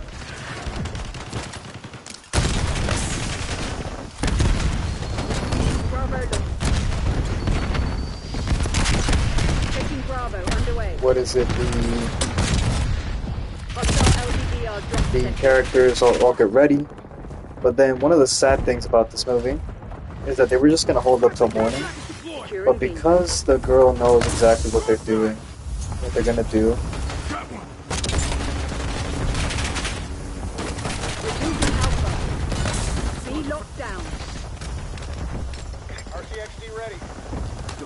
basically she just ends up giving them all permission to come in. Kid you not. She panics and just gives them all permission. She's like, if I'm going to die, at least I'm going to die knowing that I at least defended my family. Claim the advantage. Now hold it. Multiple hostile UAVs detected.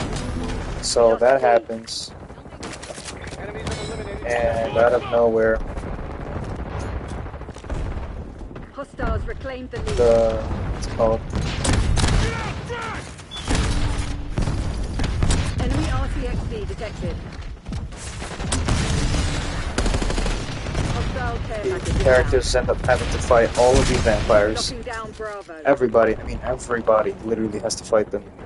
So this is the harmonica guy, Sam, Smoke, his wife, Chinese lady, all of them. Enemy has established chopper gunner above. Losing B.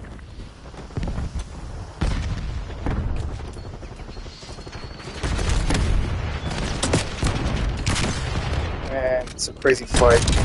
And The lead. she ends up dying. She just straight up goes for her husband because she knows that he's probably the most connected one that's going to go for her. Losing A. So she burns because she also had a Molotov. She was ready, dude. And they end up fighting and all that. And so Stack ends up trying to bite Smoke's wife. Now Smoke had made a promise to his wife earlier saying, hey, you have to stab me right in the chest. She's like, why? Because I don't want to be part of those things. I can't be a part of those things. If I get bitten by them, I don't die. I just get stuck with my soul and you end up having to see a bad part of me. And it's pretty messed up. It's a sad scene. And Stack bites her. We've given up the lead. Zone Charlie locked down. But yeah, Reclaim the advantage now. so Stack's like happy as everything, like, yay, we did it, I did it. But then something happens. Stack actually pulls it off. He ends up doing what he promised. He ends up killing his wife. And Haley's character actually starts crying. She's like, no, wait, this wasn't supposed to happen. She was supposed to come with us. And so Stack's like, We lost B. run, just run, get out of here. Go back. Enemy And so the care vampires start getting addicted to blood and all that. So what's it called? Sam's like, you know what, that's it, I'm gonna take my thing. And so they start fighting and everything. And Smoke and Stack start fighting. Remy tries taking Sam again. And it's a whole thing.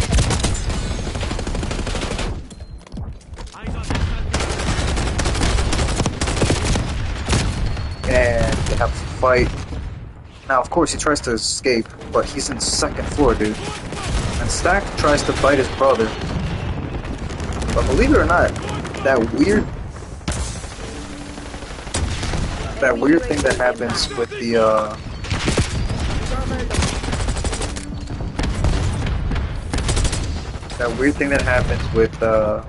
the effect of the camera happens again. And so you realize something. The charm that his wife had given him worked, protecting him from the vampire bites that his brother was going to give him.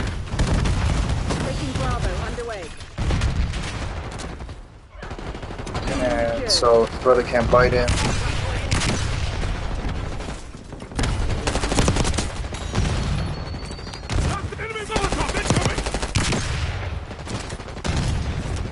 So they end up fighting. Now Remy's trying to get him again, but he avoids him. He gets through. Now, of course, they didn't calculate the fact that they're on the second floor, so he jumps down, literally no staircase, just falls like 2 floors down, or like a roof down. He's trying to run away, but let's face it, you're limping from your leg. What could you possibly do, right? Kid you not, Remy just easily gets him. Just flies to him. He's like, you know what? You thought you could do it, but that didn't work, didn't it? So he ends up getting him, of course, and he tries to drown him a little bit. And then for some reason, you know, in all that is lost, Sam starts praying. He's like, hey man, Lord save me and all that. But then something cool happens. I didn't expect this at all. Remy's character starts praying the exact same words that he's saying beat for beat the words. And because now all the vampires work as a hive mind, they start saying the same thing at the same time.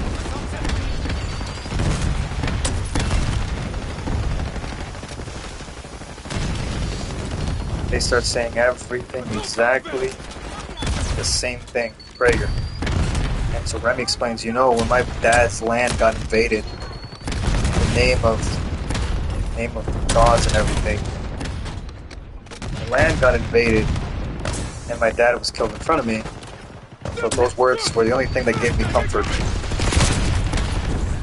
And so it really tells you how old Remy's character is. His accent sometimes slips as well. So you can really see how profound it is. So it's like he understands struggle because his land was invaded as well.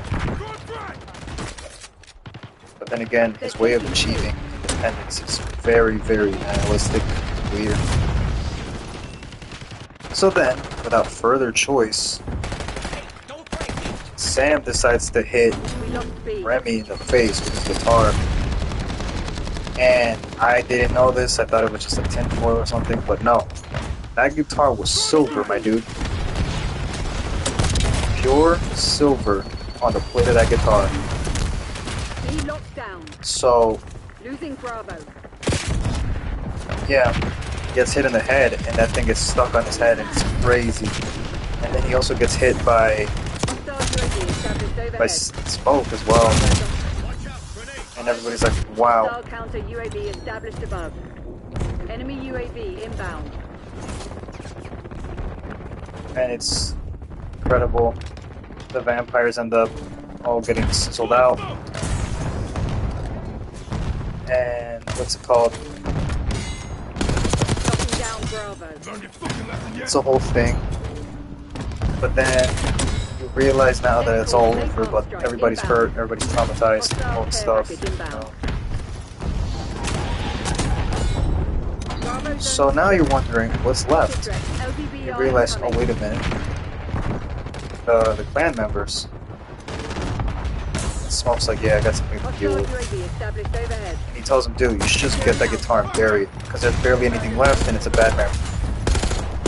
Out of nowhere, your boy, always respectful, goes, nah, I can't do that, it's Charlie Patton's guitar, right?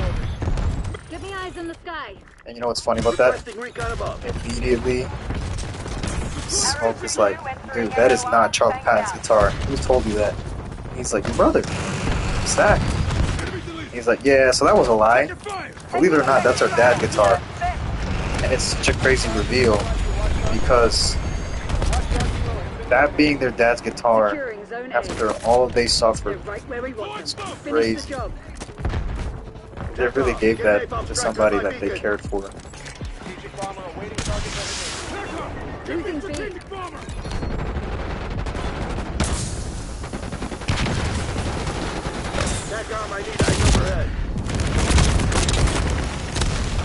But yeah, what is it? So he ends up getting ready. He ends up doing a one-man army on everybody that comes to pull up to the place. He takes off his protection from his wife and just decides to go full throttle. And one of the interesting things about this is that at the beginning of the movie, Stack would roll his cigarettes, but then you realize why. Smoke couldn't roll his cigarettes because he was constantly shaking because of the war. And now he's shaking and trying to get his own cigarette, but it won't work. So he ends up getting rid of all of them. And finally he deals with the boss. And he's like, okay. You got a cigar? And then the guy gives him one. He's like, I got money. But probably all the money he had was just the money that he got from the deal. So, yeah. That happens. And what's it called? He ends up sitting there, seeing his wife next to him, and it's a cute scene because she also's like, "Put your smoke away. You'll get smoke all over her." And you can tell because he got shot in the abdomen. He's on his last bits. You know, he can't keep going. And so we cut back to the scene that is the beginning of the movie, where now you realize, okay,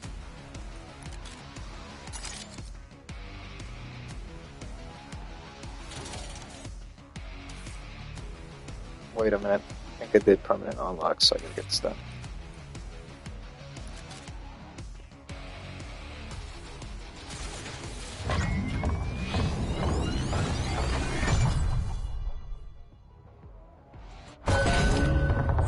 There we go.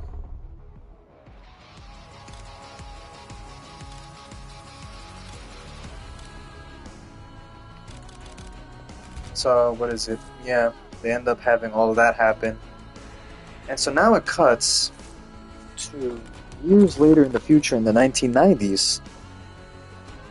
And it's Sam, but he's older now. He's playing the blues, but like modern, with the electric guitars and everything.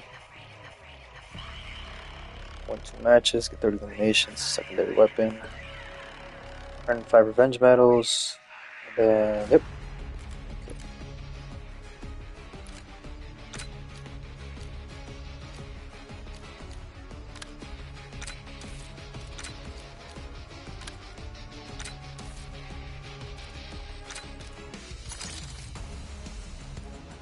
I gotta change this up, guys. Sorry, my bad for the interruption.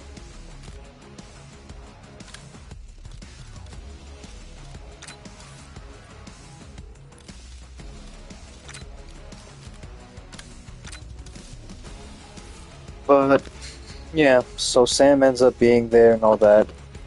All old, playing the music. Chilling, you know, living a good life. Scars of the past.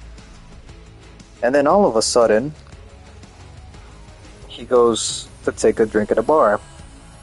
And the security guard's like, yo, we're closing up, but these two guys say they want to meet you. Is that fine? You want to get a drink?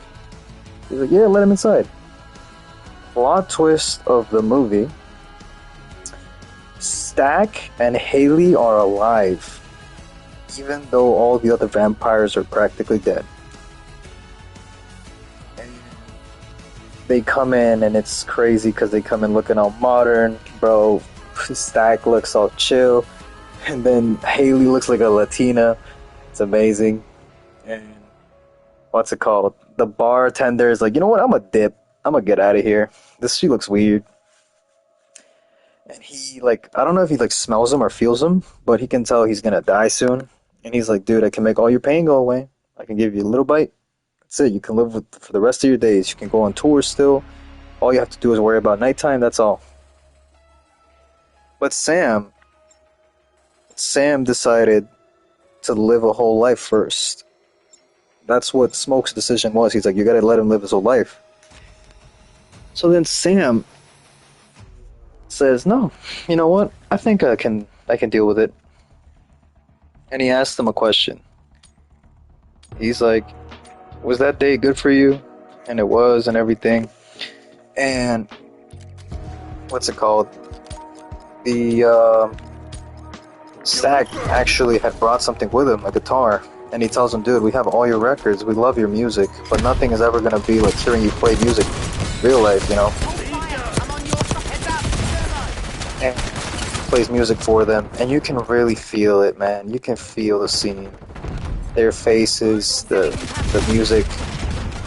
The main singer, by the way, is Buddy Guy. And it's one of the best singers I've ever heard. His music and everything is so cool. And you just feel how like powerful that scene was. So you finally understand now what's next. You're thinking, okay, so they're gonna leave him alone. And so they leave, but before they leave, he asks him a question. He goes, I have a question. And he tells him first, every night when I wake up, I have vivid nightmares of that night, or I can't even move. But to me, before nighttime, that was the best night of my life. Was it the same for you?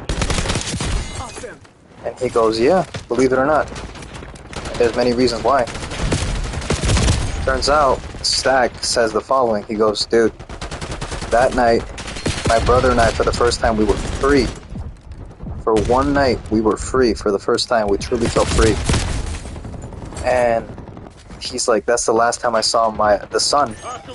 Which makes sense, because he's a vampire now. That was the one time they actually got independent and everything. It was such a good night for them. And so that happens. And yeah, they end up leaving all happy, having met one friend from a past lifetime. And the movie ends with a beautiful song by Miles Canton and this other girl that plays with him. And that's the end of Sinners. That's Sinners. And then the credits roll. And finally we get one more scene for the movie. It's Miles Canton, Sam, singing in the church of his father. Sending concussion. And Enjoy. he's playing and everything. But you notice something weird. He's playing and it cuts to the camera zooming in little by little towards him. And you're thinking to yourself, what's this? What does this mean? Well, it means that somebody came to visit, and there's a lot of theories about who came to see him, because Sam isn't happy to see that person, whoever they are. It's almost like a face that doesn't know who it is, but at the same time, they don't look happy to see them. Like, they're kind of worried. And who is it? Well, we have to go back to that other scene that I just spoke about with Stack and Haley and Sam at the bar. See, when it came to that scene, if you pay close attention when you watch the movie, you pay close attention to the mirror behind them, Stack's reflection is not there. Because vampires don't have a reflection. Like I said, these guys are following the rules and everything, all the tropes. Right? However, the one thing that they also notice is the fact that what's it called? Heads up! Molotov inbound!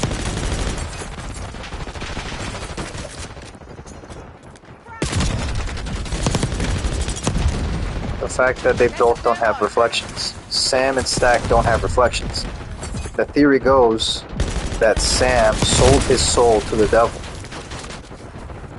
And the reason why, it's pretty obvious, dude, let's face it. He probably thought he wasn't gonna have all that success. All that stuff, you know. All the luxuries and everything, the fame of being singer of blues. So he made a deal with that person, with that devil. Which is why you don't see his soul reflected onto mirrors. And it's kind of weird, you know, that thing about the souls being trapped. How does that work with vampires then? And I guess you could say, in this case, their soul is trapped, but it's not their true self. You know what I mean? It's almost like it's not them.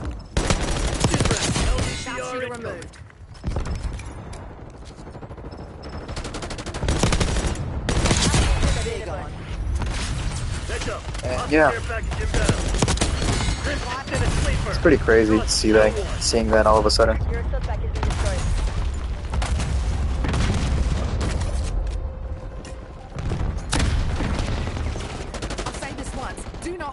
Overall, I'd say Sinners was a good movie. Good cinematography, good vibes, good music, great story, great characters, the casting was awesome, pretty straightforward to understand. You know, it's simple rules, it's a classic movie, I'd say. It's a pretty good one. It deserved all the success and more. And overall, I'd recommend it for anybody to watch. It's one of the good movies of this year, I'd say so. So it's original design too. So it wasn't a sequel. It wasn't like, oh, another movie that you just go and watch.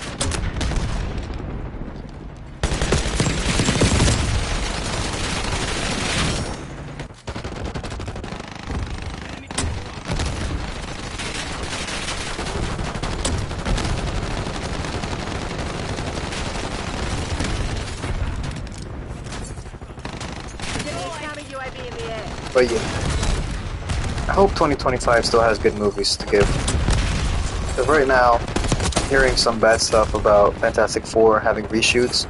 And if you know the story behind Fan Four Stick, that terrible Fantastic Four movie that came out, you know that there was issues with shooting and other stuff. And we already saw how that affected Captain America, Brave New World. So hopefully we get to see other ways that it doesn't affect, you know, things that people need. Superman, I hope, is also good. James Gunn looks like he's gonna cook. It's going back to its comic book roots. It's not giving, you know, depressing blue.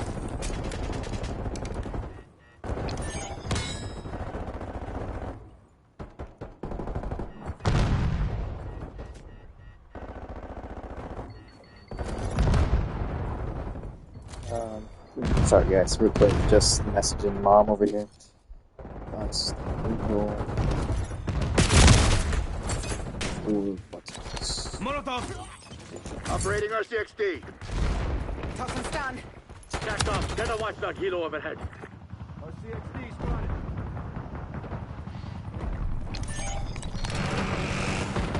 Enemy UAV inbound. Enjoy. Hostile LDCR drop detected.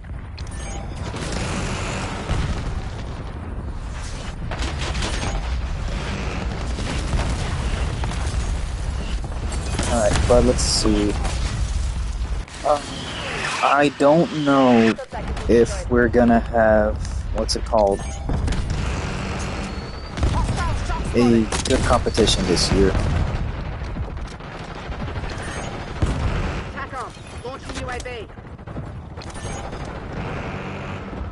I don't know if it's going to be a good year for movies in terms of competition, because one of the things that 2023 did with Barbie and Oppenheimer was pretty good.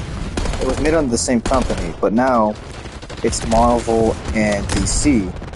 And if I'm being honest, I'm kind of rooting more for DC because they really need to go crazy over here. But yeah, I think, honestly, I just hope any movie does good this year.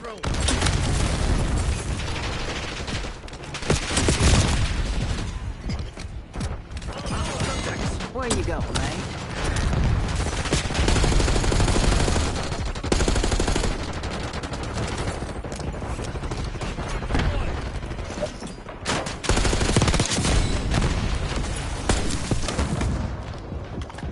Oh, bomb.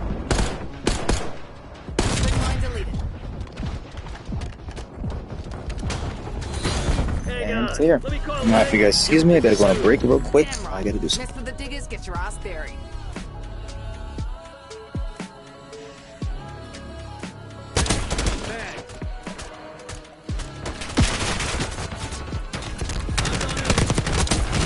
Fancy seeing you. Hostile shooter. Sharpshooter threat removed.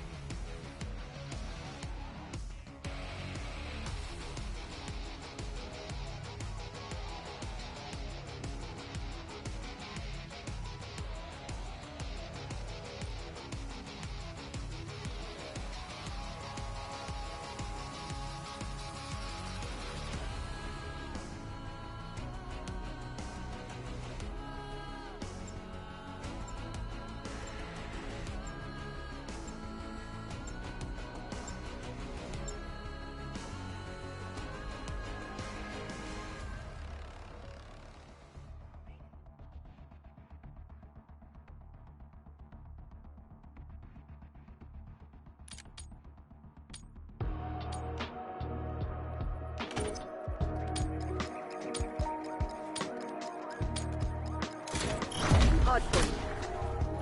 Capture the objective. Taking fire! Hardpoint locked down. We've taken the lead. Stay on task.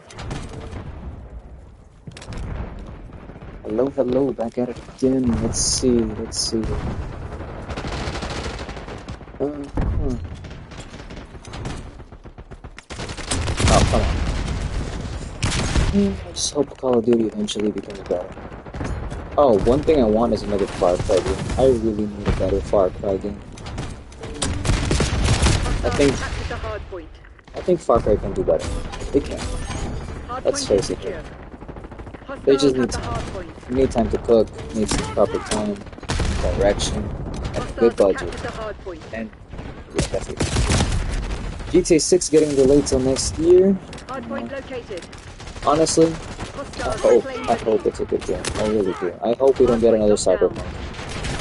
Because Cyberpunk right now is beautiful. I have Cyberpunk, we're playing it again. I even got the DLC for it. It's amazing. I think I've already seen the endings and everything.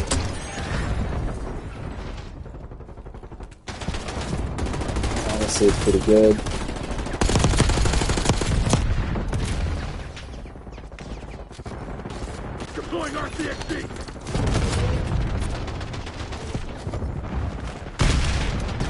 What else can I say? Stitch is back. Apparently next season we're getting Stitch and Adler. Finally getting a Adler skin that actually looks like Adler.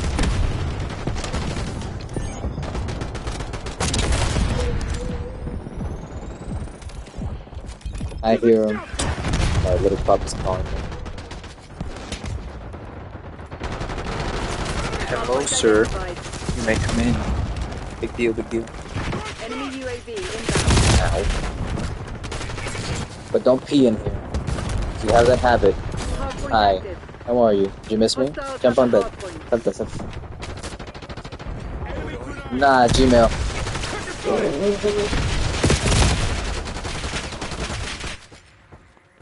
Don't take it. Don't take those. Don't take those. Okay, so going on. What? Are you hungry?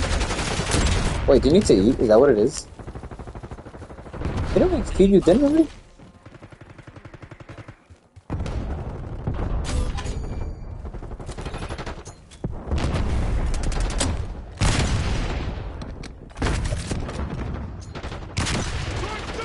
Hostile LVBR drop detected. Little pup over here just wants Enemy some love. UAV inbound. Hostile UAV established. Sorry, overhead. miss. Can't give you that right now. Wait, where are you? Hardpoint There you go. located. You're not eating it, are you? They've taken the lead. There you go. Smell the gun. Smell the leaf gun. Star Wars. One of these days I might start doing streams of IRL stuff, of things I have. What happened? What happened, little boy? What? Or was that you? Ow, ow, ow, ow, ow. What happened? Okay, you got my attention left.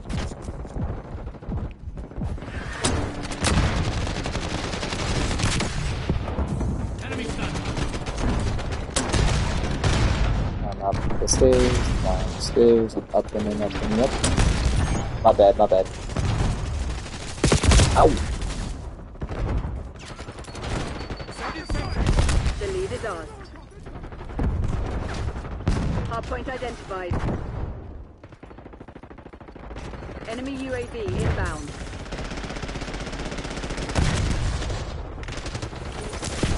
Hardpoint active. Hostiles have the Something hardpoint. always a very, very annoying issue.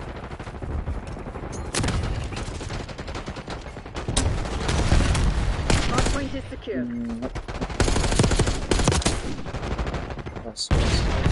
Deploying RCXD. Enemy assault pack destroyed.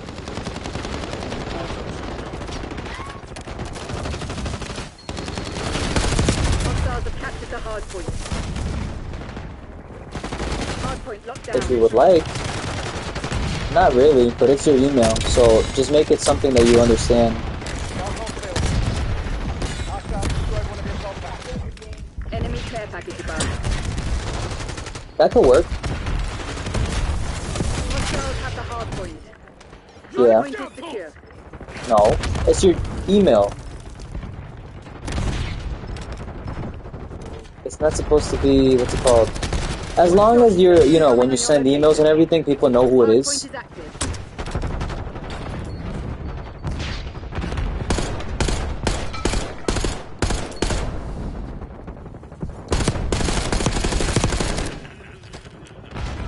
Enemy napalm strike incoming. Oh.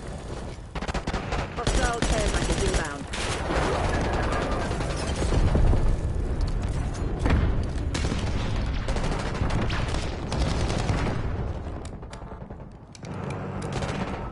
Scout pulse, standing by.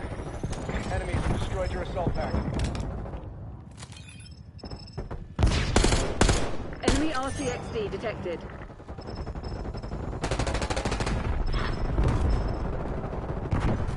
Hardpoint located. TACOM, I need eyes overhead. Sitrep, LDBR incoming. Hardpoint active. Hostiles have captured the hardpoint. Spotted blast trap. Hostile UAV established overhead.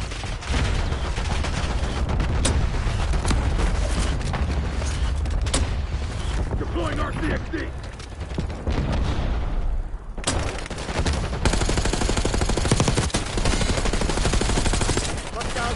UAV established above. So requested LDVR.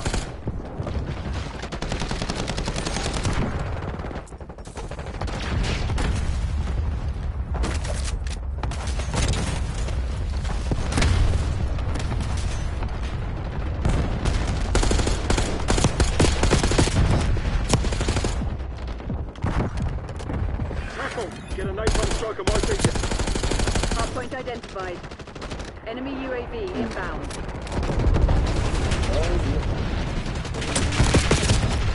Hardpoint is active. Hostiles have the hardpoint.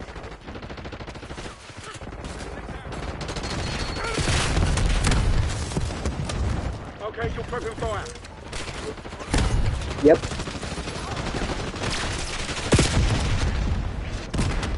Enemy blast down.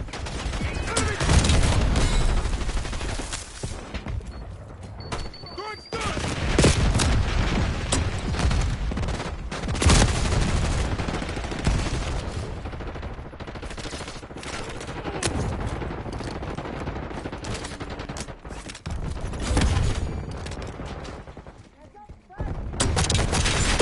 Enemy using sleeper ring!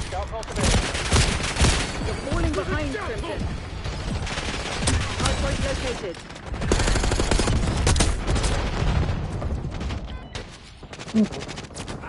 Get a UAV on Greek.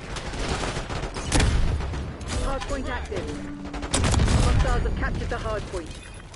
Stone requesting watchdog Elo on my Greek. Hardpoint locked down.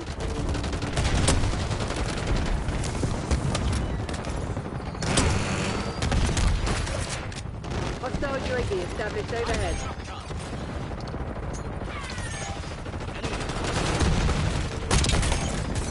Deploying RCXD! Get an LDVR on my mark.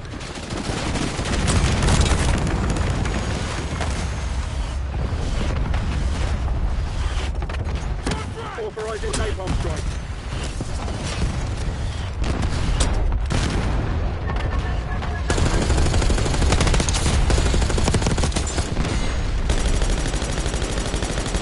Hardpoint identified.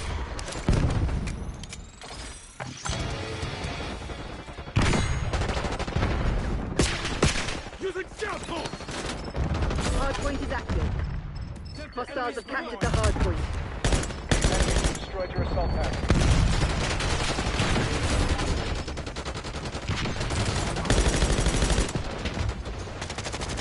We've given up the lead.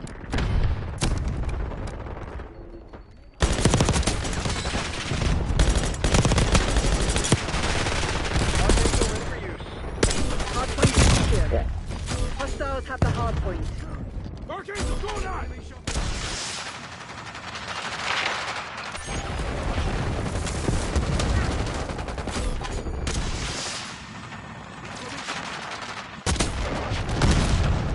Enemy UAV inbound. Hardpoint located.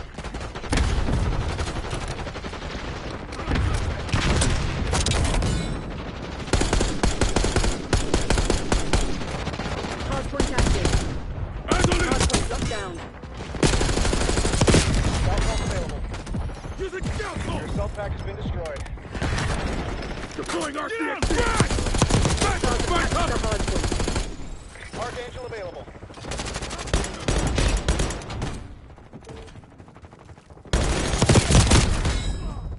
Hostiles have the hardpoint.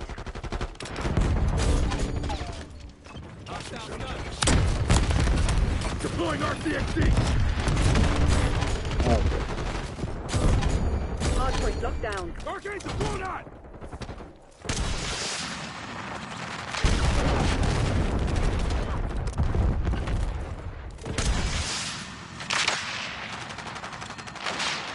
Hardpoint identified.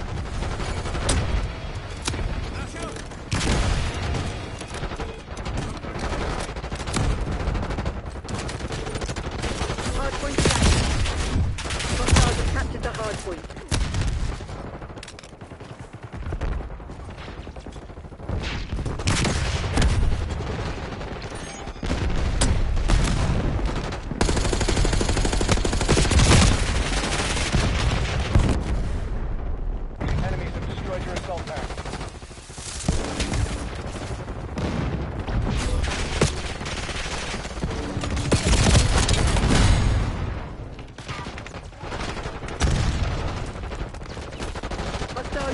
established overhead.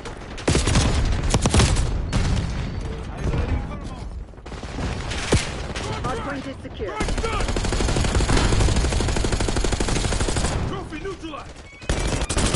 Hardpoint located.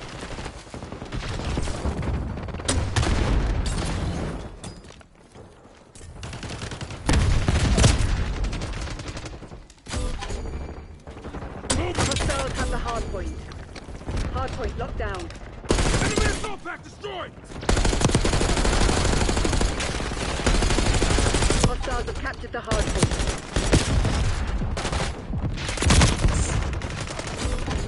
Enemy UAV inbound. Hardpoint is secure. Hostiles have the hardpoint. Hardpoint locked down. Hostile UAV established overhead.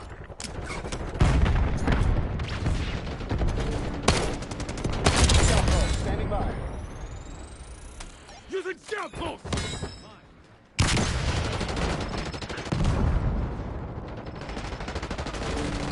Hardpoint identified.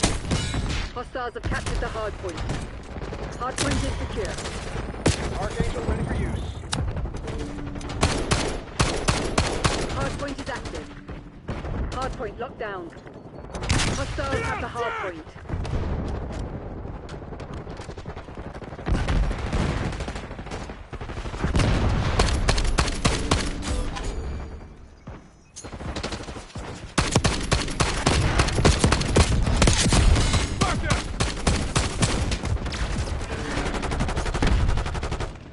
Watchdog Hilo fuel is standing by. Hardpoint is secure. Hostiles have captured the hardpoint. This is Aaron. Target WBR. Weapon hot.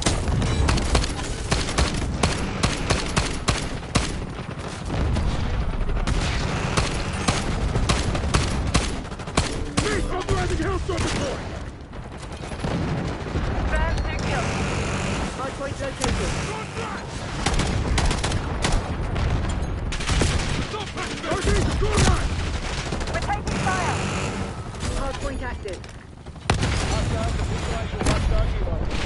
Hostiles have the hardpoint. Your Watchdog Hilo has been eliminated. Archangel, go live. One of your assault packs has been destroyed. Hardpoint locked down. There's a mole among us. Find them. Deploying RCXD.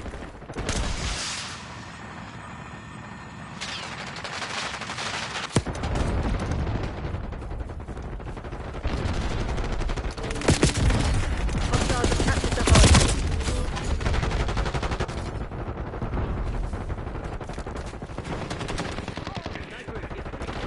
On fire.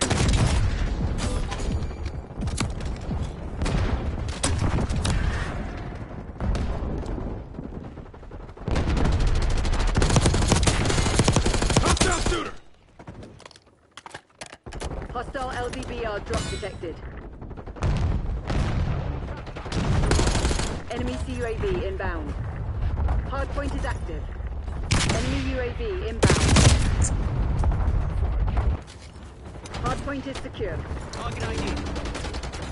On fire. Requesting recon above. Hostile Molotov. Assault pack built.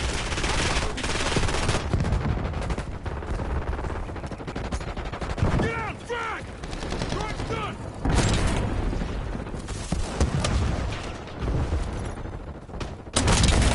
Learned your fucking lesson yet?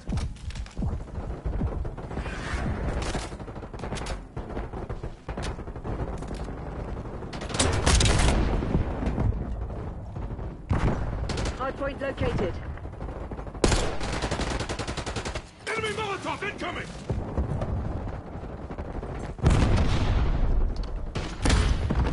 Hardpoint active. Hardpoint locked down.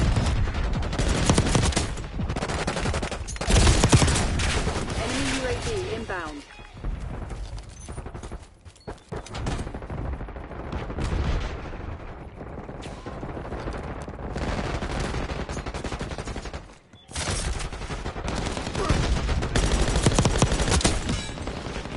Enemy Molotov incoming!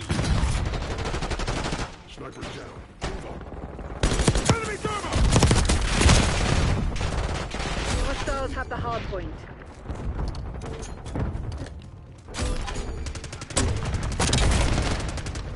Hard point is secure.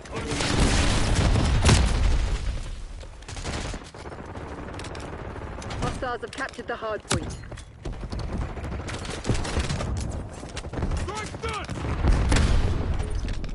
Hard point is active. Hard point locked down.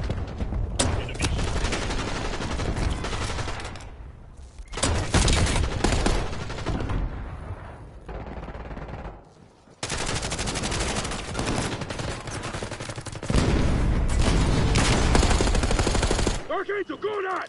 Scout pulse available. Using scout pulse!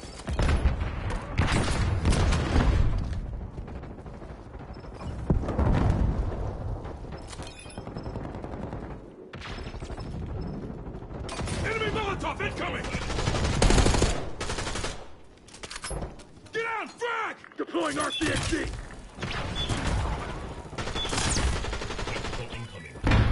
Archangel available.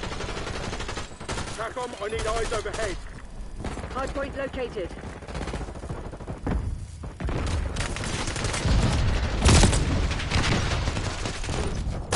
Hard point active. Archangel, go not! Hostiles have the hard point. Hard point is secure.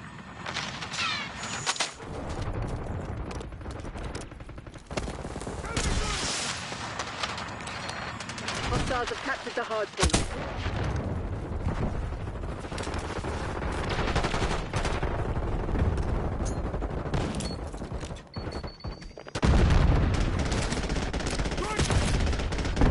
Stone requesting LVBR. Hard point locked down. Go on, frag! Hostiles have the hard point. Hard point is secure.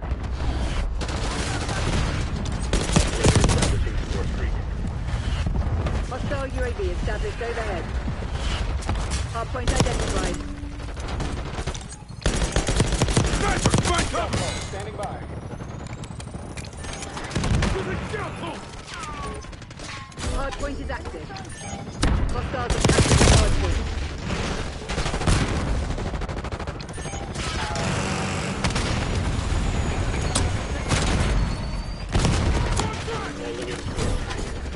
Hard point locked down. Hostiles have the hard point. Operator establishing score streak. Enemy scout pass detected.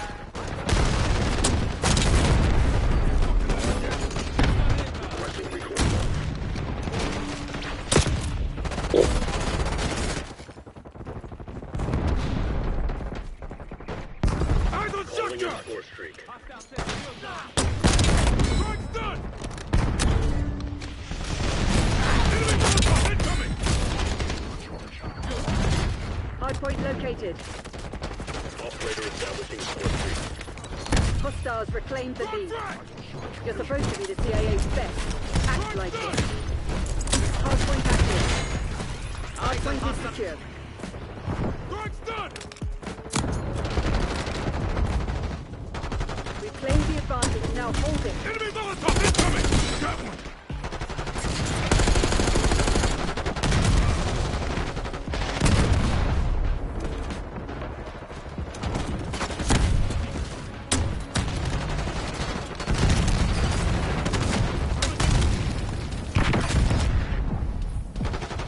Get out, frag! Incoming shot! Archangel going. Net call. Napalm strike inbound. Scout pulse available. Using scout pulse! Net call. Enemy watchdog helo inbound. Requesting recon above. Sitrep. LDBR incoming. Hard point identified. Hard point locked down. Enemy UAV inbound. Enemy UAV inbound. Hostiles have captured the hard point. Hard point is active.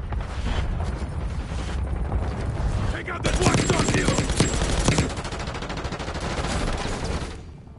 Hostile sentry turret active.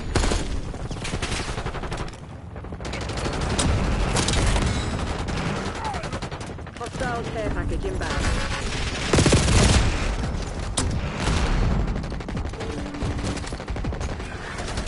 Hostile LDBR drop detected. Scout pulse standing by. Hard Hardpoint is secure. Hostile UAV established overhead. Enemy UAV inbound. Hostiles have the hardpoint.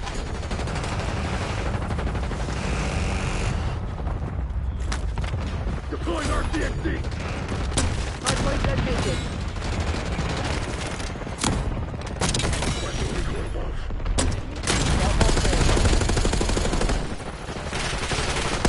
Hardpoint active. Hardpoint locked down. All units A crazy match. Jeez Louise. Oh, hell yeah. That's how it's done. 500 to 45. That was edge to edge. Oof. Was not expecting this. Nope. That got me a lot of XP, honestly. That was an awesome LP. I didn't even use that.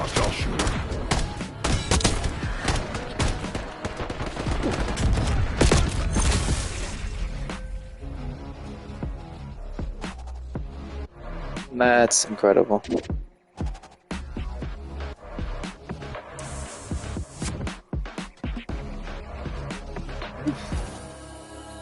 Oof.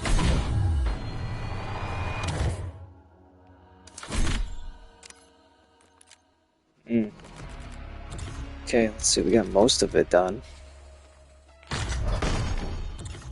94, this with 95, 96. Can't believe it. Actually, we'll be able to finish this. Will be able to finish this before it ends. Alright. If anybody's interested, I'll be coming back later. I gotta do maintenance. Bye bye.